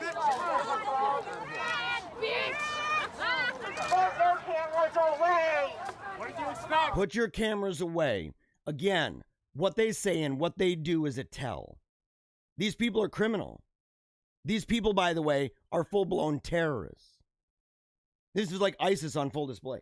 These people are terrorists in our country.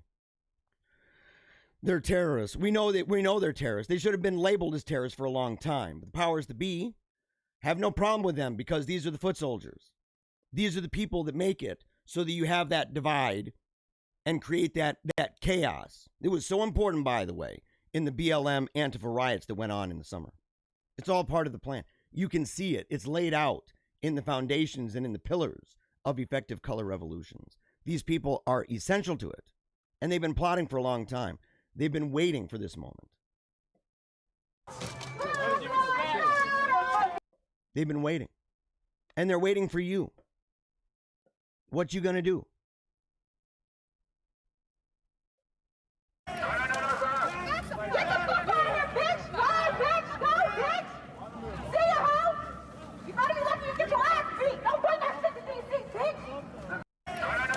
You're not welcome in D.C. You're not welcome in D.C. You're lucky that you didn't get your butt beat. You're lucky. Here we go. Is this your daughter? Is that your daughter? Is that your son?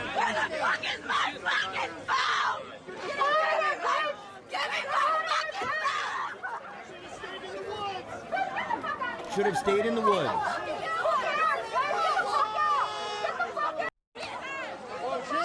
And look all around. Look at the mob. Look at the mob. Look at the violent demoniacs. Look at them. Seething vipers, wanting you dead, wanting your children dead. You have to know, this is not a fake show. This is what's going on. And the thing is, guys, we talked about this way ahead. We told you this is going to happen. We told you how it was going to happen. We told you who was going to be involved. On this show, somebody called me reactionary. I'm like, number one, you don't understand my view of political economy. Number two, I'm light years ahead, buddy. I ain't reacting to crap. And I understand what they meant by that. But the thing is, look, we talk about this. We prepare you for this. And when you see this, you need to show people. You need to show them and say, this right here is the future you want.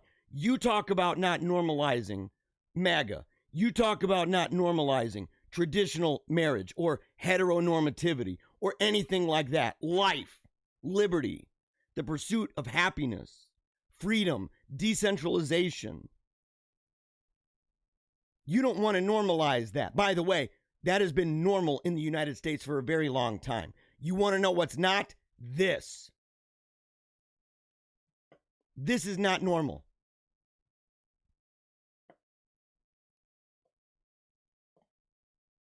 People getting punched in the back of the head.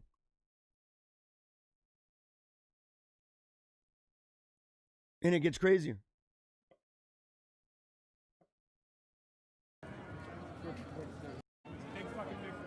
Yeah, we'll go ahead. Yeah, of course, they're burning flags. You know, they do that kind of crap. It's ridiculous. But watch this. Imagine being here. Imagine just eating at night, and then this happens.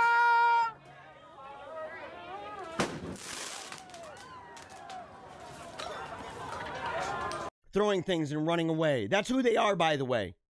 That's who they are. You've seen punch after punch. They'll swing around, hit, and run away. These people, they're willing to do this because they're in large groups of other people willing to do as much or more. That's why I've said you need to be part of a group. You need to be part of something bigger than yourself. This is why. This is why.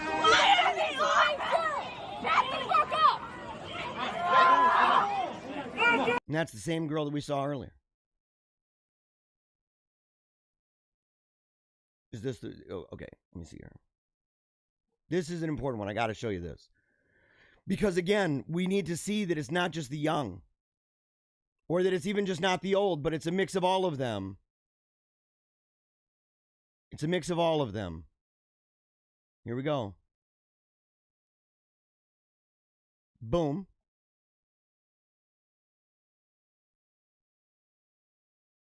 Yeah. Let's see here, man, if there's a video of this. Okay, no, it's another one in slow motion. I want the full thing. I want the full thing. Because there's a video of this where this dude and they come chasing after these guys right here. And you can see this girl. I don't know if you can see it, man. We'll zoom in on her. See the girl in the orange and the gray? She's in a number of these. She's definitely an agitator, no doubt about it. She feels emboldened. The truth is, in a situation like that, I'm all for treating women with the greatest degree of dignity. But if you're the kind of woman who's going to come up and punch me in the face, you better watch it. You will go flat to the ground. That's just the way it is. If you come up on me and you sucker punch me, look, I'm not going to turn around and go, well, it's a lady. I'm not doing that. No. You better watch yourself. And you got to be willing to accept that. Because terrorists do that sort of thing all the time. Terrorists do that sort of thing all the time. We see that with Islamic terrorists, where you have women who under their dresses have bombs explode. You don't want to check the women. They understand the way that gentlemen and people with good ethics and morals, the way that these people and manners, customs and courtesies, the way that they're very hesitant to do that. And they take advantage of that because they're satanic. Because they're satanic. But this guy, is this part of the same video? Didn't find out. There we go. You want to fucking do that? None of you want to fucking do that. None of you want to fucking. He's by himself.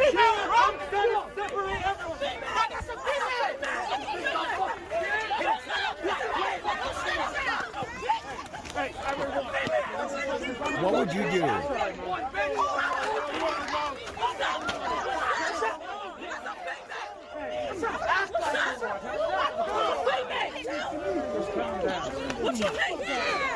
And it gets worse. Watch. Stomping his face into the concrete. By the way, death penalty for that guy. Death penalty for that guy. You do that, man, you're literally wanting to make that person have mental disabilities for the rest of their life. You curb stomp somebody, dude, you get put in the chair. No rehabilitation for you, home slice. You're the kind of person going out there curb stomping faces of people, and you're surrounded like that, dude. You put them down, guys. They gotta go. They gotta go. It's why I believe in it, by the way. It's why I believe in it. And people come up and they start kicking him in the face while he's down. While he's down, because it's exactly what they do. In this situation, it gets even worse. DC police block off BLM, again, so that Trump supporters couldn't get through. And they were made to go through the BLM group, which then attacked them.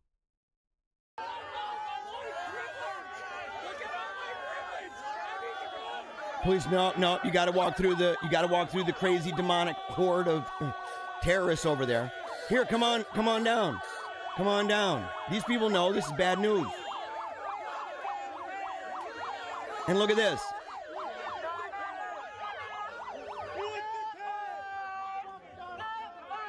By the way, that's that same crowd that just curb stomped somebody.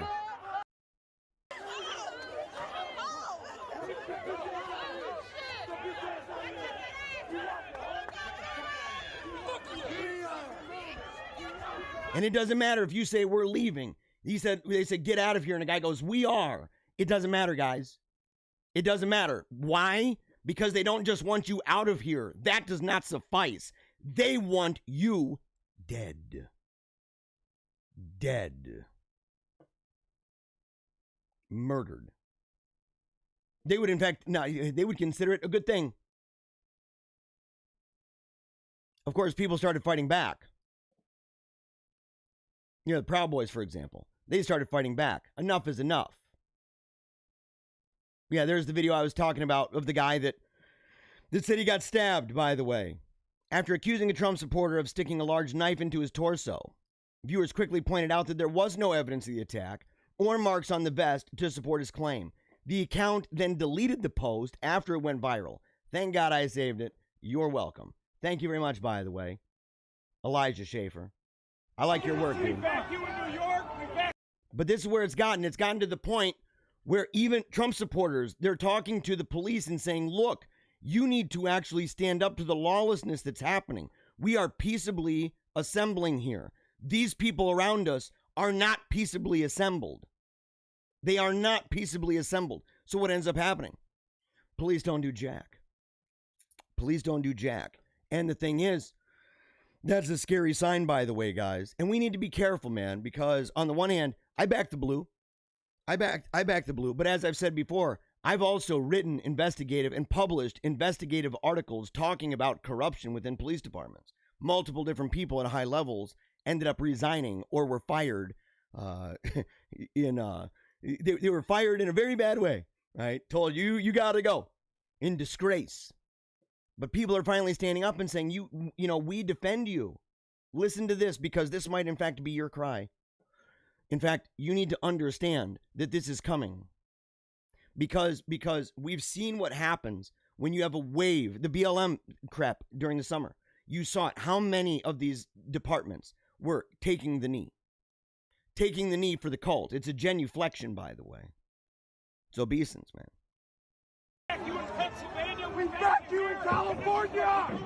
Thanks for backing us. You're gonna choose a side too. Cowards! You're a fucking coward. Fuck you. Mad. And you don't want this group mad at you. You don't want this group mad at you. Because they're the ones that were backing you. The other group wants you gone. The other group wants police, defund them. We've seen what's happened. Tons of police end up getting out of the way. They say, look, I'm out. I'm done. I can't deal with this anymore.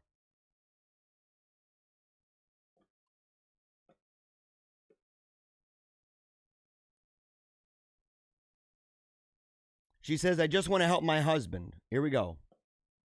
Shut up, bitch. Shut the fuck up, bitch. Don't keep killing, nigga.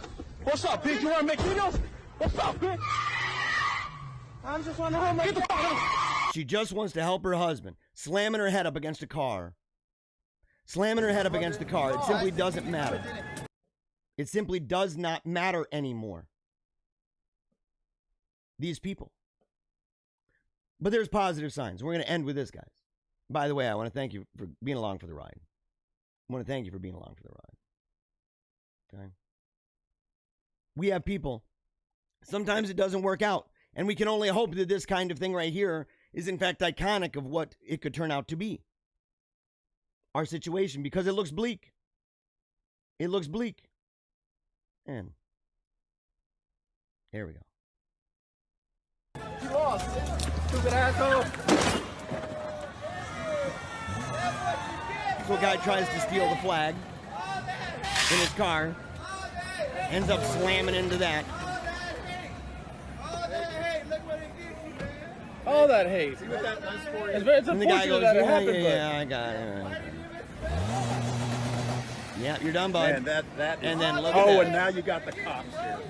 Oh, man. Yeah, he spit on the guy. I know, he stepped on me. Right. You know, I was the one paying attention. You know what I mean? Yeah, you weren't the one paying attention. We talked about that last week. We talked about the story from Cautionary Tales and allowing people to play with certain toys, and that you need to be careful. You need to be careful. Politics is a toy you need to be careful with. Economics is a toy you need to be careful with. Religion and culture are toys that you need to be careful with. Violent terrorist groups. Need to be careful with those, by the way. You need to be careful with those. PSYOPs and color revolutions. You got to be careful with those. You got to be careful. Because we are seeing right now, we are seeing a very, very, very frightening and bleak thing going on in our country. And yet, we have people like Donald Trump. And I was going to show this video, but you can't really hear what he's saying. Well, you can, but it's difficult. But he's saying that they say, never give up. Don't stop fighting. And he points at her and he says, we're going to win. We're going to win. And it's a good thing, by the way. He's fortunate, too. We're fortunate for him, and he's fortunate for us. Because in reality, it looks a little bit like this. Our reality, in fact, looks a little bit like this. And it can be disheartening to see the kind of craziness going on. And it ought to be. It ought to frighten you.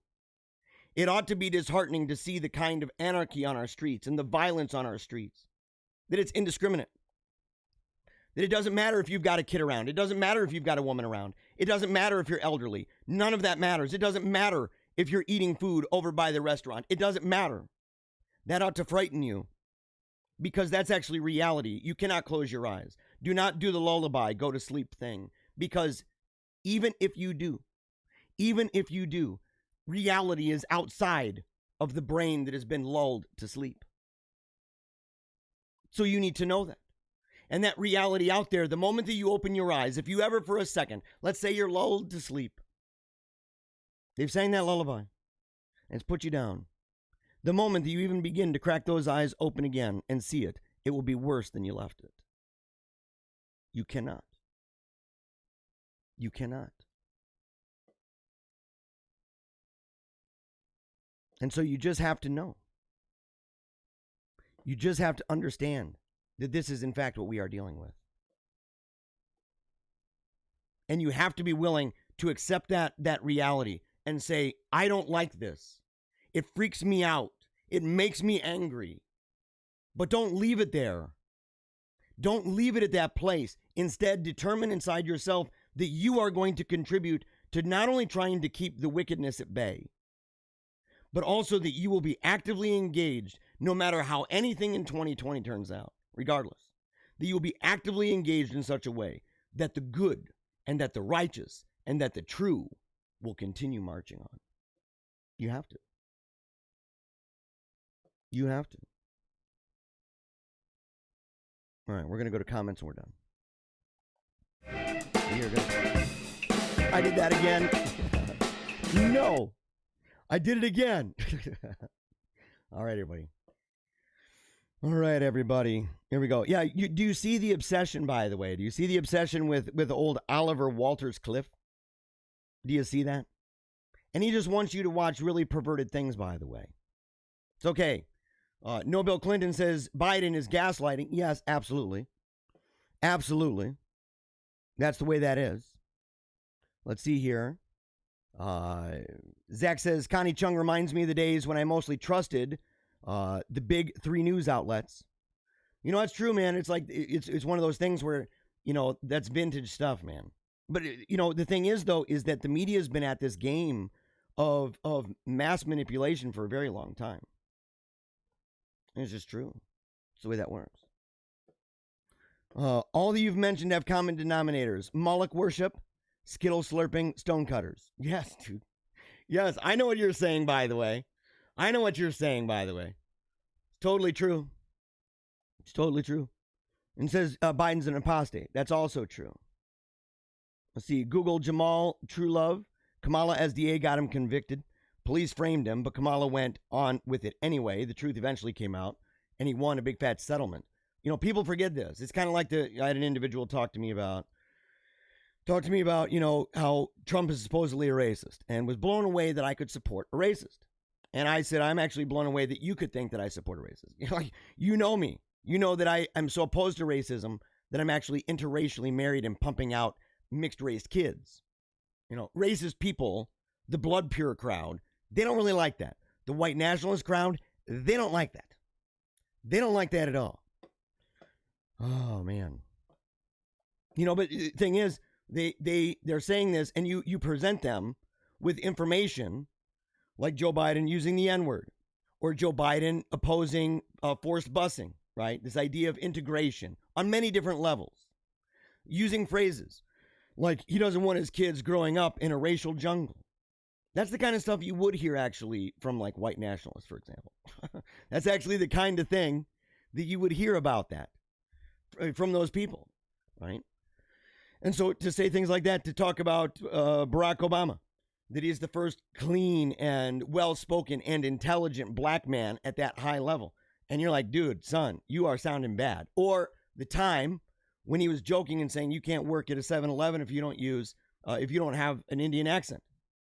And he said, I'm not joking. You can't do it. I mean, the guy was just off the cuff in this stuff all the time. It was like when he was saying prepared remarks, he was plagiarizing the daylights out of other people. And then when he was going off the cuff, he was Captain Gaffland. But a lot of these individuals don't remember. Same thing here with Kamala Harris. Yolanda asks, why isn't the media denouncing Antifa? They're not going to.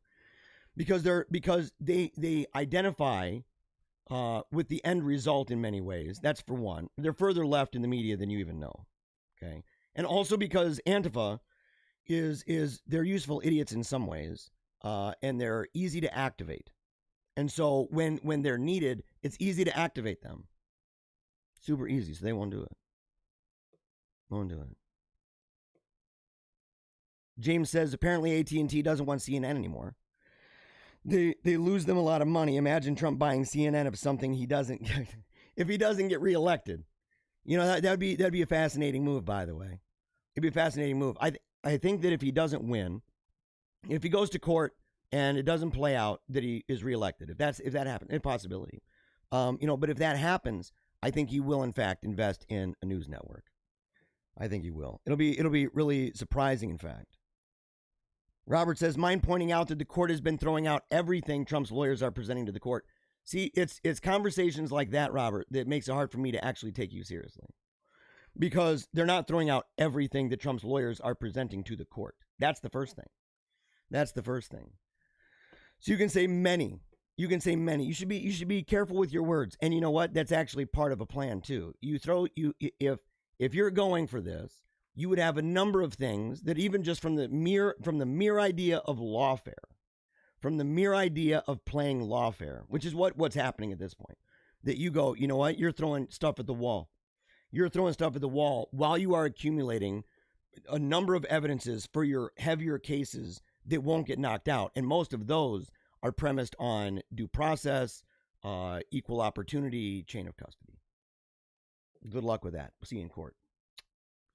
Okay. It's hard to talk to people who lie, cheat, and steal because no matter what you say, nothing will change their mind. No amount of logic will help. That's why sometimes we have to realize that God didn't make it so that everything we say changes people's minds. Sometimes it's merely the idea of us being there. And sometimes it's the idea of being a consistent message and a consistent witness. And so make sure that more than trying to change their mind with your words, more than that you actually pray for these people and that you show them the proper due respect and the proper amount of love and expressions, which doesn't mean, cotton candy, Jesus stuff, right? We're not talking Jesus is my homeboy. We're talking Jesus is King of Kings, Lord of Lords. And so you got to do it that way. Thanks for the compliment that it is a good show. I appreciate it. I do my best. Even when my voice is messed up. How do you lose a thumb drive? This is Trevin. Nice to see you, by the way, Trevin. How do you lose a thumb drive when you can duplicate the info from the machine? This is what I'm saying. It is super, super deceptive. It is super, super scandalous. James says we can figure out how to get internet in a car or plane, but can't figure the best way for voting. Pretty amazing, isn't it, buddy? It is pretty amazing stuff. And especially because people have gone out and talked about the very things that we're experiencing right now. It's not new. It is not new. Barbara Durfee says that they should bring in the military to monitor the counting. They've got to bring in somebody. They have to bring in somebody that is going to be able to monitor the counting. I'm not entirely sure what that would be. By the way, someone asked, where's the actual evidence to show votes cast for Kanye were changed to Biden? Oh, that's right. There's none. Maybe you didn't just see there was sworn affidavit. Like, that's the kind of thing you would present to a court. Look, if you think he's lying, press charges against him. If you think he's lying, press charges. Going into details on how that happened.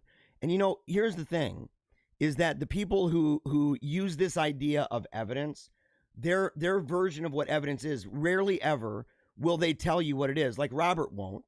Robert won't talk about his standard of evidence because at the end of the day, if he says, well, where's the video evidence? He could watch the show. I've shown video after video taken from surveillance cam and taken from people recording inside of these polling stations, recording as people are filling out ballot after ballot after ballot, throwing away ballots, ripping up ballots, counting ballots down in the basement, getting busted, by the way, bringing in boxes with no chain of custody from unauthorized vehicles. You'd have to simply go, well, that's not widespread. And that right there is the pivot. And we call that shifting goalposts. And so don't even go down this road with them, because you have to know ahead of time this is what they're going to do. They say no evidence. That right there is just so phony baloney that it's actually bizarre. It's worrying, in fact. It's worrying because, even the claims that people had against Donald Trump, like, for example, take the idea that Trump had a secret communication channel with Russia that went through Spectrum Health. They at least had things that they claimed to be evidence. It's stuff that you can evaluate. It's stuff you can say, is it true or is it not? They would present things that say, well, General Flynn was involved, and was talking behind the scenes with Russia. Or WikiLeaks. We think WikiLeaks was involved with that. They could present that. That's what they're presenting as evidence. And then you can debate what they are presenting as evidence. They're submitting it to you to analyze and to consider. I do this on the show constantly. Blam, blam, blam, blam, blam, blam, blam, blam, blam. Every single day. To the point it's actually detrimental to my brand, because I'm typically going deeper into different dives. Whereas right now, I'm pushing pedal to the metal, pushing out as many things as I can so that you can see it and you can make decisions for yourself. And you can check out those articles on your own. Zach says that piece of poo-poo grabbed the detained the guy with the "Don't Tread on Me" flag. After Antifa attacked him, they detained the victim instead of the attacker. Dude, it's totally true. It is totally stinking true. Myrna Leon says, what happened? All of a sudden we don't have sound. I have no idea. I don't know where you're watching. They tried to keep that guy from getting his bicycle. They beat you up and then they steal from you. Yeah, totally true. And look, here's the thing. I've actually got probably 300 videos like that. And probably 200 more of just random abuse to people walking down the street that are identified as Trump people based on the color of their skin. They stole that girl's phone and the cops didn't even do anything about it. Nope. They didn't do anything about it. Because they're the same cops that directed those people, wouldn't let those people anywhere except through the very crowd of individuals that were beating everybody up.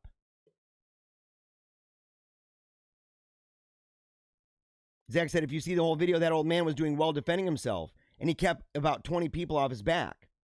Then when he turned to walk away, the guy ran up behind him and sucker punched him hard. Totally true. Totally true. The man was actually doing really great. James says, Jeremiah believes in equal rights and lefts for women too. You dropped this, Jeremiah. It's true, man. I did. I said, look, man, if you're some chick out there foaming at the mouth crazy, loon tune, and you're out there and you're up in my face and you're hitting me and sucker punching me, I'm not going to sit there and be like, well, I'm not going to sit there and say, I can't hit a woman. Okay, because under ordinary circumstances, hitting a woman is one of the few reasons to fight a man. That's the way I view it. You come after kids, you come after women, you come after handicapped kids, you start beating the crap out of animals, you're going to get punched in the face, bro. That's just the way that is. I'm going to be dragging you all through town. I'm pulling in Achilles, dude. Just dragging you around the city, brother. Dragging you around the city. But if you're a girl and you're pulling that same thing and you're attacking me, punching me in the face, I'm trying to get out. I say, I'm leaving, and you keep punching me. You've obviously said that you believe that we could square up. I'll take your word for it. I'll see you on the flip side, toots. Let's see. Equal rights, equal fights. Yes, dude. Totally true. Totally true. Yes. All right. Barbara, thank you. Have a great day, everyone. Lurt Gertz, beaver-flavored ice cream tagline. Dang, that is delicious. All right, guys. All right. I am very, very, very grateful for all of you, and I appreciate everything that you do for the show. We're going to head out right now. In fact, we're just going to go right to the screen. All right. Thank you for joining us. We'll be back tomorrow if my voice holds up. I'm going to have to keep it down. I'm going to have to gargle a lot of salt. I'm going to have to do a whole bunch of Wim Hof breathing exercise. Spend a lot of time focusing, praying quietly. It's going to be fun. Make sure. Check out PaleocratDiaries.com for more information. If you'd like to interview me, if you'd like to debate, if you want to have me come and do speeches like the one I did at the Capitol in Lansing on Saturday, you can see that at the beginning of the show. Or just any other inquiries, including hate mail, make sure to send that to PaleocratDiaries@gmail.com. And of course, check out Paleo Cheese Podcast. Tomorrow I'm going to show a couple segments from the newest episode. It's super great. It's super great. Make sure to go to Meaning of Catholic, subscribe. Holy Faith Media, subscribe.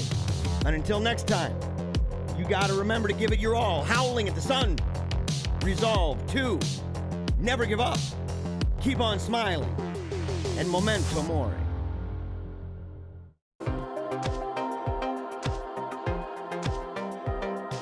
If I don't talk into microphones, I don't make that mad cash. Making all that money. Making that mad loot, right? Mind control.